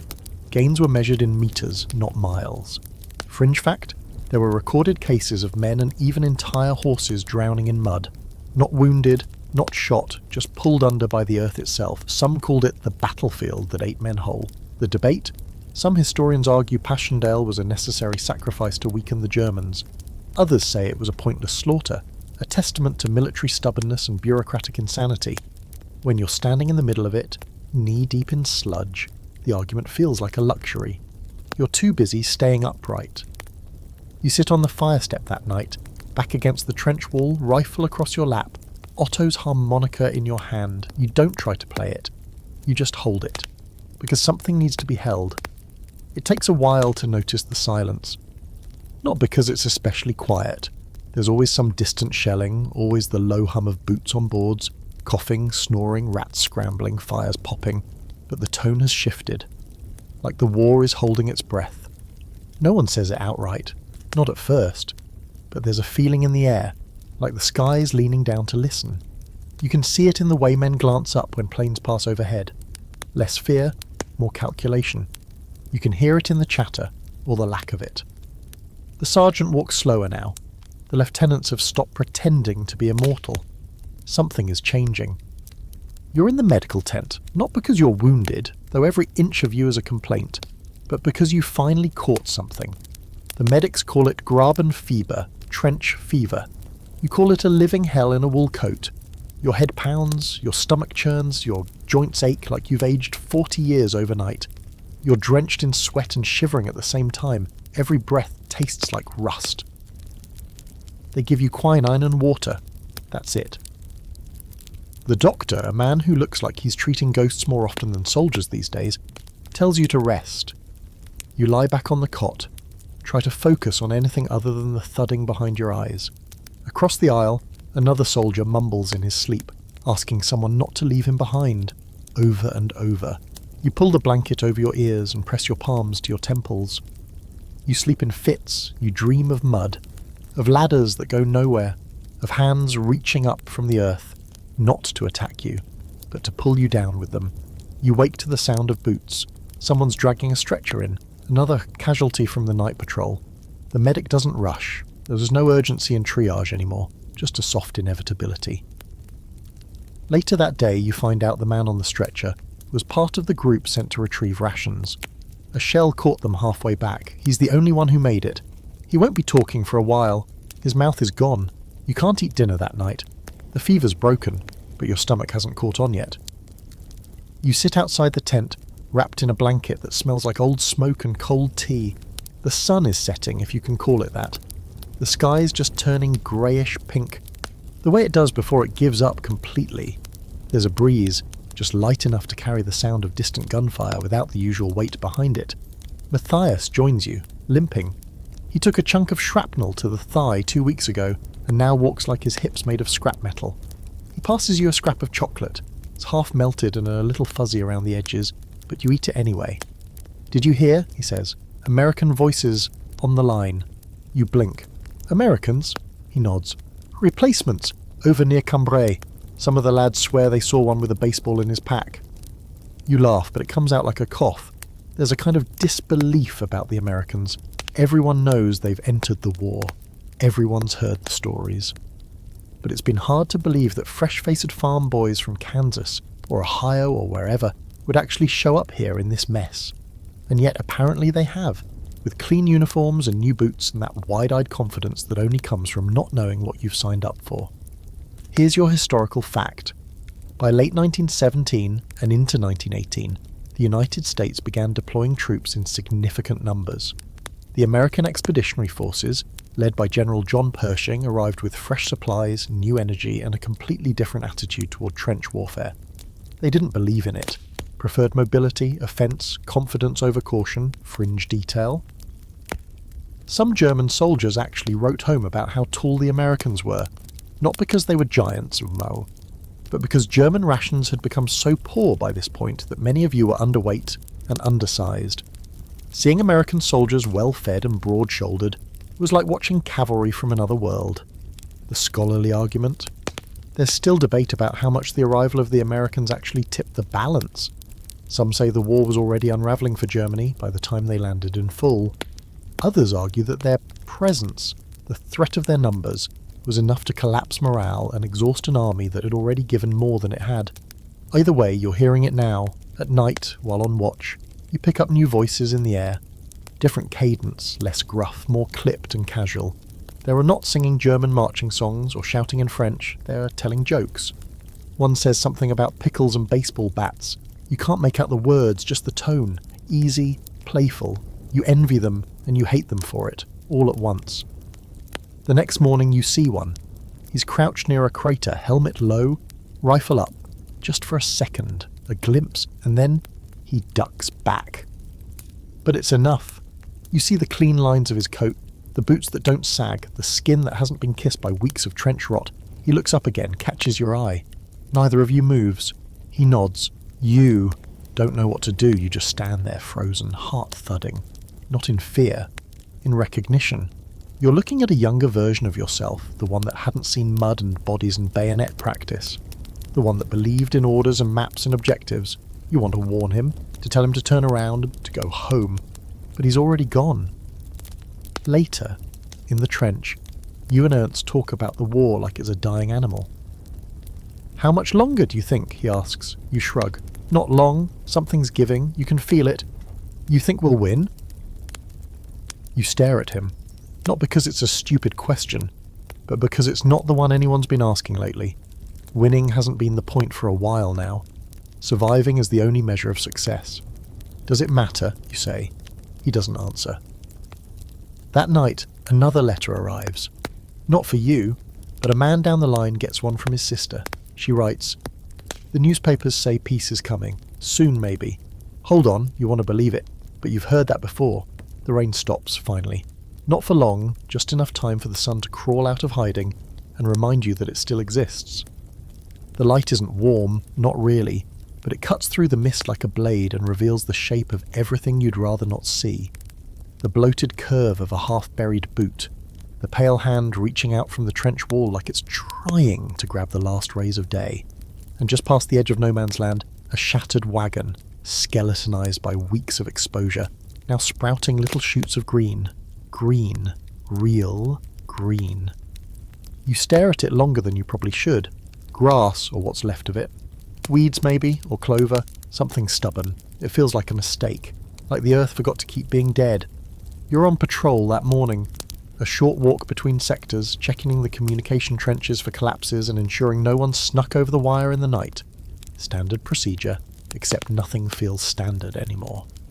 Everyone's moving slower, talking less. The British have stopped shelling with the same enthusiasm. French sectors aren't screaming like they used to. The guns are quieter, not gone, but tired, worn down, like everyone else. Back at the trench, the mood is cautious. It has been for days. Even the rats seem jittery, moving in quick, nervous bursts instead of their usual smug waddling. You sit with Matthias and Ernst over a breakfast of grey bread and coffee that tastes like someone boiled moss in an old boot. Nobody complains. Complaining feels like tempting fate now. There's more talk of peace. The word is making its rounds like a rumour that gets stronger with every retelling. Some say the Kaiser is on the verge of abdication. Others swear High Command has already started drafting surrender terms. One guy claims his cousin works in Berlin and heard from someone in the Postal Corps that Germany has lost the will to fight. You don't know what to believe. And honestly, you're afraid to hope, because hoping now feels dangerous. Like lighting a match in a room full of gas. You glance at Ernst. He's been better lately, less twitchy, more present. The shell shock still clings to him, but the edge has dulled. He's started carving things into the wood of the trench. Not names, not initials, scenes. A tree, A house with smoke curling from its chimney, a little dog chasing a stick, all of them small, scratched into plank after plank like a man trying to write a diary without words. You ask him why. "I want to leave something behind," he says, voice quiet, "in case I don't." That night, a courier brings fresh orders. They're not the usual hold the line, advance at dawn or dig deeper. No, this time it's different. Stand by, await further instruction. Suspension of operations pending. The sergeant reads it twice, eyebrows raised. Then he shrugs and folds it away like he doesn't dare believe it either. You sit in stunned silence. The entire trench does. No cheering, no tears, just silence. Because if this is real, if the war is actually ending, then no one knows what to do. It's like a prisoner being told the gate is open and forgetting how to walk. Here's your historical fact. In early November 1918, word began spreading among German units that an armistice was imminent. Soldiers on the front line were often the last to get confirmation. Even as diplomats negotiated in railway carriages far from the mud and blood, men were still dying in the trenches right up until the last morning. And the fringe detail. In the days leading up to the armistice, entire stretches of the front grew strangely quiet. Units exchanged cigarettes and handshakes. Some accounts tell of impromptu soccer games, others of shared meals, photographs passed between enemies who knew they might never see each other again. Of course, not every soldier played along. Not every general wanted to stop. Some launched final offensives anyway, trying to claw one last scrap of glory from the mire. But most just wanted to go home. There's a fierce academic argument over the final days, whether the war's end came too slowly or too suddenly. Some argue it dragged on because politicians were indecisive. Others say the military refused to admit defeat. But when you're in the trench, none of that matters. All you know is that death still has his boots on, and you're not sure if he's turning to leave or taking one last look before swinging his scythe. The next morning, the trench is alive with activity, not from attack, but anticipation. Some guys are cleaning their rifles, polishing them like antiques. Others are trading badges, belt buckles, even lice combs, anything to carry home a story. A few are just sitting with their heads in their hands like the thought of not fighting is too heavy to bear. It's strange what peace can do to a man who's forgotten what to do with it. You take a walk to the front lip, past the wire. The mist is low and thick, curling around everything like smoke. You crouch there for a while, just watching, listening. And then, there it is, a voice. Not German, English, not shouting, not cursing. Singing, low and slow. A folk song maybe. You can't make out the words, but the tune winds through the air like a memory. And then another voice joins it, harmonizing. You realize it's coming from across the line. Matthias appears beside you. Do you hear that? You nod. Neither of you says anything else. You just sit there, knees in the cold mud, listening to the sound of your enemy singing. Later, someone brings a soccer ball. Where from, you'll never know. A few of the younger ones kick it around near the rear line. It feels surreal, like watching ghosts dance. You help Ernst finish carving a window into the trench wall. It's not real, just an illusion of perspective. Scratched lines, a tiny sill, curtains, beyond it a field, a hill, a sky with a bird in it. It's crude, but it makes you ache.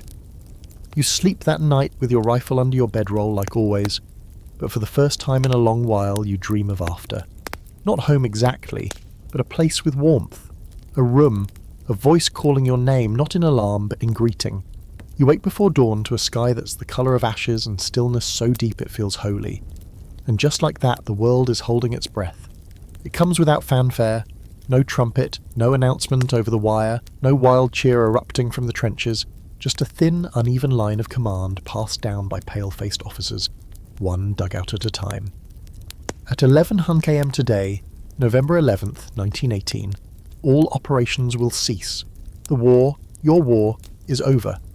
They tell you this at sunrise, and the sun, as if summoned for the occasion, actually shows up. A thin, wintry sliver of gold spills across the edge of the trench, catching on broken bayonets and frost-laced sandbags. It doesn't feel real. It feels like someone misread the orders, or it's a trick to lure the French into an ambush, or maybe it's some elaborate joke to test morale. But no one's laughing. Everyone just waits. You watch the second hand on your battered trench watch tick closer to 11:00. Tick, tick, tick. Each movement louder than a rifle crack. Matthias stands beside you, his hand gripping the edge of the fire step like he expects the trench to disappear beneath him. Ernst is humming, very softly. A lullaby, maybe. Something that doesn't belong here and never did. 10:59. The last minute is longer than any you've lived. And then, suddenly, the ticking stops meaning anything because the shells don't come. No mortars, no machine guns, no distant rattle of rifles or the whining buzz of spotter planes. The silence is not peaceful. It's massive, like someone smothered the whole front line under a thick wool blanket and told it to sleep. You don't move at first. No one does. It's like everyone forgot how. Your rifle is still slung over your shoulder, fingers curled around the stock, waiting for recoil that never comes. You blink, still nothing. And then, slowly, movement. Someone down the line raises their head. Another stands up completely, climbs out of the trench. No gun, no fear, just curiosity. Like a child seeing snow for the first time. And somehow, without being told, you follow. Your boots sink into the familiar crust of no man's land. It's just as ruined as before, craters filled with water, scraps of barbed wire twisted into knots. Shattered helmets and bones poking out like stubborn roots. But it's not dangerous anymore. It's still. It's strange. Across the field you see them. Ypres, British, Canadian, French. They're climbing out too. You stop. Look at the man nearest you, British uniform, rifle strapped to his back, eyes red-rimmed and sunken like yours. He raises a hand in greeting. You do the same, just like that. No bullets, no hate, just men, tired, filthy, alive. Someone cheers, then more join in. Not like a crowd, not like a football match, more like the first breath after nearly drowning. Ragged, disbelieving and still cautious. Ernst walks forward, holding something small in his hand. You squint. It's a tin carving, something he whittled from a shell casing. He walks all the way to the British line, hands it to one of their men without a word, and walks back. The man just stares after him, confused but not unfriendly. You want to clap or laugh or cry. You do none of those things. You just sit on the edge of a crater and breathe and breathe and breathe. Here's your historical fact. The armistice took effect at exactly 1100 am on the 11th day of the 11th month, 1918. Though peace negotiations would take months to finalise, the guns went quiet. After 4 years of slaughter, trench warfare and chemical hell, the war that was supposed to end all wars had ended. Fringe detail? Some soldiers didn't believe it was real. Others refused to come out of their dugouts until well after dark, convinced the enemy was lying. A few tragic units kept fighting until the final seconds, unaware or unwilling to stop.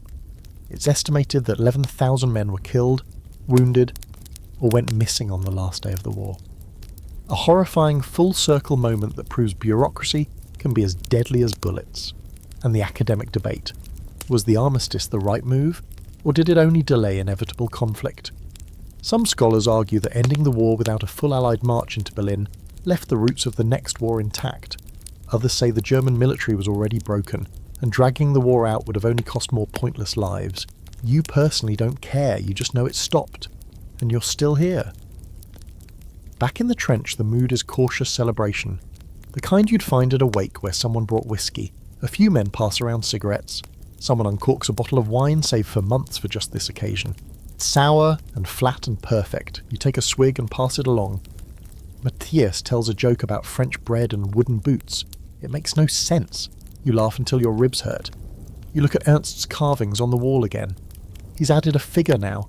A silhouette standing on a hill, arms raised. You can't tell if it's surrender or victory, maybe both. Night falls and it's the first one you spend without a gas mask within reach. You sleep without your boots on, without your coat, without your rifle under your bedroll. You wake to birdsong. Birdsong. You forget what it sounded like. You find Otto's harmonica in your pocket and for the first time since Passchendaele you try to play. It doesn't work. The reed is still bent, but the attempt makes you smile. Later that morning, a message arrives. Your company is to remain in position until further notice. No marching orders yet. No trains, no parades. Just stay where you are. Rebuild the trench. Inventory supplies. Wait for the paperwork to catch up. Of course you don't care. Because for the first time in what feels like forever, you're not waiting to die. You're waiting to leave. And that's enough for now. The days after the armistice stretch out in a strange sort of limbo. No orders, no attacks, no purpose except waiting. And the waiting feels harder than the fighting ever did. At least when the war was active, every moment had direction. Survive, obey, advance, dig, reload, endure. Now, you wake up unsure what you're even supposed to feel. Relief, grief, guilt, hope. It's like stepping off a spinning carousel, only to find the ground keeps moving. The first week passes slowly. You help repair parts of the trench, though no one really knows why. There's talk that you'll be redeployed to guard supply lines or maybe help oversee prisoner transfers. Someone suggests you might even be sent to the border. But no one believes anything until the orders are in hand, and even then trust is a thin thing. Matthias is already planning his exit. Not an escape, just a life after. He talks about his family's farm back in Württemberg, how the fields are probably overgrown, how the barn roof leaked even before the war started. "I'll fix it," he says, smiling faintly. "Hammer and nails. That's a weapon I can live with." He's got a vision, even if it's small. You envy him that. Ernst doesn't talk about home, not anymore. Since the silence began, he's gone quiet in a different way. Not the twitchy, shattered stillness of shell shock, but the thoughtful, lingering quiet of someone trying to understand the meaning of it all. He spends his mornings sitting at the edge of the trench, staring into no man's land, not like it's a battlefield, but like it's a question he's trying to answer. You sit beside him sometimes, just watching the light shift across the ruined landscape. You both pretend not to see the half-buried bodies still sticking out of the mud. Someone will come for them. Told. Eventually, you nod. Eventually. That word's doing a lot of heavy lifting these days. The food gets worse somehow. With no urgency to deliver rations to the front, the quality declines. Or maybe the cooks just stop trying. Your stew now resembles swamp water with ambition. But nobody complains. You eat what you're given, you drink water when it's available. Some days, you skip meals entirely just to feel a little lighter. You write a letter, the first one in weeks. You don't know what to say, so you write what you can. You say you're still alive, that the war is over, that you think you'll be home soon, but you don't know when. You tell them the trench is quiet now, that's it. You don't write about the cold or Otto, or how you sometimes wake up with your hands curled around an invisible rifle ready to shoot. You don't write about the dreams that still keep coming. You do include a single dried leaf flattened into between two pieces of paper. It came from a tree near the dugout, the only tree still standing. Here's your historical fact. After the armistice, hundreds of thousands of soldiers remained stationed at the front for weeks or even months. The transition from war to peace was not instant. Demobilization was chaotic, poorly organized, and incredibly slow. Many German soldiers were kept in place as occupying forces retreated and the borders of the empire unraveled in real time. Fringe detail. Some units were so unsure of the armistice's permanence that they continued regular drills, guard shifts, and weapons maintenance just in case. One entire battalion even dug a brand new trench line 2 weeks after the armistice, convinced it was all a trick. It wasn't, but it felt safer to assume the worst. The debate? Scholars argue about the psychological impact of the in-between period. Was it harder to survive the fighting, or the waiting that followed it? Some claim the extended silence was necessary, a buffer between trauma and reintegration. Others say it delayed healing and left soldiers stranded in a half-existence. With no war to fight and no home to return to, you're living in that argument now. You'd vote for the second one. One afternoon, a British patrol approaches the wire. They wave a white flag, not for surrender obviously, but as a kind of handshake. You and a few others go to meet them. No rifles, no helmets, just curiosity. The man who steps forward looks like he could be your twin. Same tired eyes, same half-grown beard. He offers you a cigarette, and you take it. "Hell of a thing," he says in English. You nod. You don't need a translator for that one. A few others chat. Awkward, broken conversations about hometowns and food. Someone pulls out a harmonica. One of the British guys hums along. You stand there, in the middle of no man's land, in a place that's devoured thousands, and suddenly it's the safest spot you've stood in for a year. You return to the trench carrying 2 new items, a tin of English tobacco and a photo. The British soldier handed it to you without explanation. It shows 3 boys standing on a dock, fishing rods in hand, big grins on their faces.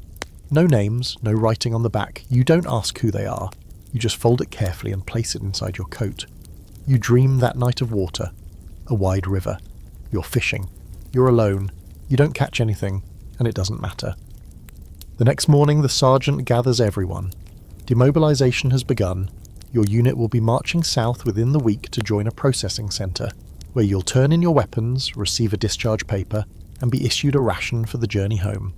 1 pair of boots, a winter coat, and enough food for 3 days. If you're lucky, he adds with a shrug. No one cheers, there's no energy left for that, but there are smiles, real ones. Ernst stands next to you. Think they'll let us keep the coats? I'm keeping mine whether they like it or not, you say, he laughs. You? Breaking rules? You smirk. I survived this. I think I can survive a lecture. Matthias lights one last cigarette and stares out across the trench, his expression unreadable. You wonder what he sees. You pack your things, what little you've kept. The harmonica, the photo, the tin of tobacco, Ernst's carvings peeled from the wall in strips. Your letters home, bundled with a frayed string. The war is over. Now comes the hard part, learning how to live again. The morning you leave the front is nothing like you imagined. There's no parade, no line of officers saluting, no music swelling from behind the hills. It's just cold. Your breath fogs the air as you sling your pack over your shoulder and glance one last time at the trench behind you. The place that held your fear, your memories, your filth, your blood.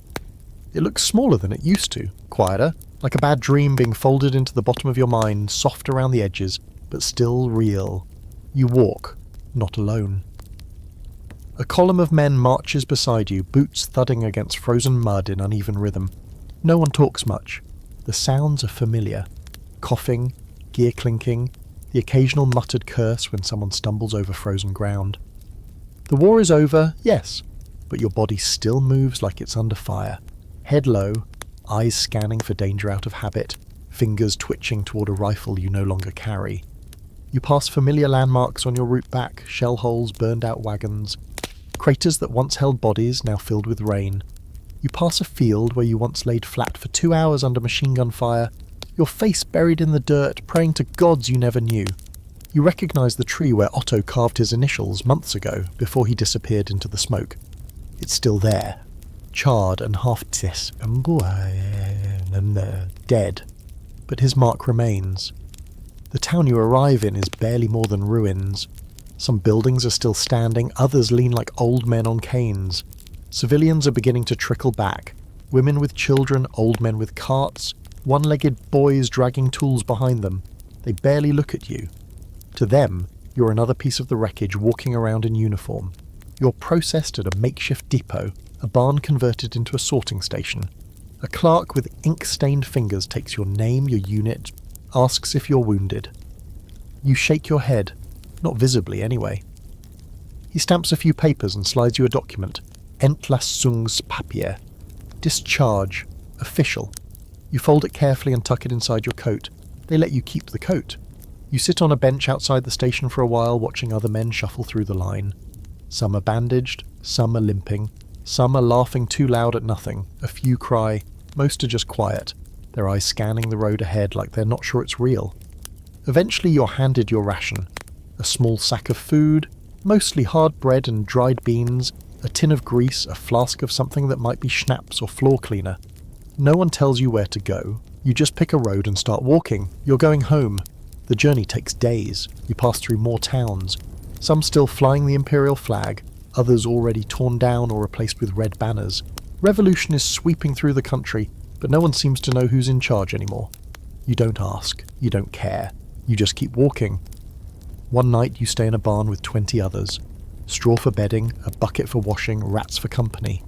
You share your rations with Ernst, who's still with you, still carving little shapes into wood scraps as you rest. This time it's a bridge, a little arch with water drawn beneath it. You ask what it means. He shrugs. A crossing, he says, from one life to another. You lie awake that night, staring at the roof beams. You realise you can't remember what your home smells like. You remember the colour of your front door, the creak of the stairs, the way your mother used to hum while hanging laundry. But not the smell. It bothers you more than it should. Here's your historical fact. After the armistice, millions of German soldiers made their way back across a collapsing empire. Trains were overcrowded, roads were flooded with returning units, and many had to walk hundreds of kilometres. Some returned to find their homes destroyed. Others arrived to find strangers living in them. The country they fought for no longer existed in the same form. It had changed while they were bleeding in the mud. Fringe detail? A small number of returning soldiers, unsure what to do or unable to return to civilian life, kept wearing their uniforms long after they were discharged. Not out of pride, but because they had nothing else to wear. Some formed paramilitary groups, Freikorps, wandering between loyalty and disillusionment, shaping post-war Germany in ways no one saw coming. The debate? Historians argue whether the returning soldiers were victims of a betrayed cause or the architects of future chaos. Some say the brutalised men of the trenches were scapegoated, blamed for a war they didn't start. Others believe they carried with them the seeds of the next conflict, unable or unwilling to lay down their rage. You can't answer that. You're too busy just trying to find your front door again. On the 6th day you arrive. The road winds through the valley where you grew up, the fields pale with frost, the trees bare, the smoke of chimneys curling into the sky like prayers. It's all there, smaller than you remember. You pass the old schoolhouse, its roof patched with new tiles, the bakery, the church bell tower, the corner where you kissed a girl before leaving for the train station, and then you see it. Your house. The gate squeaks like it always did. You cross the threshold and your legs nearly give out. You lean against the doorframe and stare at the wood grain, suddenly terrified. What if they're not here? What if they didn't make it? What if they don't recognise you? But the door opens before you can knock. It's your mother. She doesn't say anything at first. Just stares. Her face folds. Her knees almost buckle. Then she pulls you in like a drowning woman boggle grabbing driftwood. You hold her like she's made of paper. And for the first time since the shelling, the trenches, the frostbite, the filth, the dying, you cry, not from pain, not from fear, from relief. Later your father joins you, your sister, neighbours. Everyone talks at once, you nod, you listen, you smile, but your ears are buzzing. The house is warm. You smell bread, soap, dust. You sit in your old chair by the stove and run your fingers across the wood grain. Every part of you is humming. You're not quite here yet, but you're trying. That night, in your old bed, under clean sheets, you lie awake. The quiet is too big. You half expect the whistle of a shell, the cry of an officer, the scurry of rats. But nothing comes, just the wind through the shutters, and your heartbeat. Still here, you don't adjust overnight. That's not how this works. You eat regular meals now, and your clothes don't cling to your body like wet bandages. But your shoulders are still tense. You still flinch at loud noises. Your body still wakes you in the middle of the night because it can't believe it's safe. Some days, your hands shake when you hold a spoon. Other days, you spend an hour just staring out the window, waiting for something to come over the hill that never does. But there are signs, small ones. The first time you laugh without guilt. The first time you sleep all the way through the night. The first time you don't instinctively reach for a rifle when you hear footsteps. You help your father mend a fence. You walk through the town square without imagining it full of artillery. You write a letter, not because you have to, but because you want to. You even play Otto's harmonica.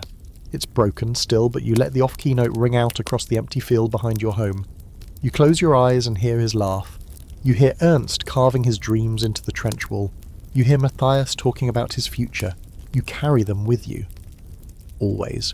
The war doesn't leave you, but you learn to live beside it. And in the end, that's what survival really is. Not forgetting, but continuing. So wherever you are now, whatever battle you're fighting in your head, remember this, you survived. And even though that might not feel like a victory every day, it's still yours. Still here, still breathing, still human.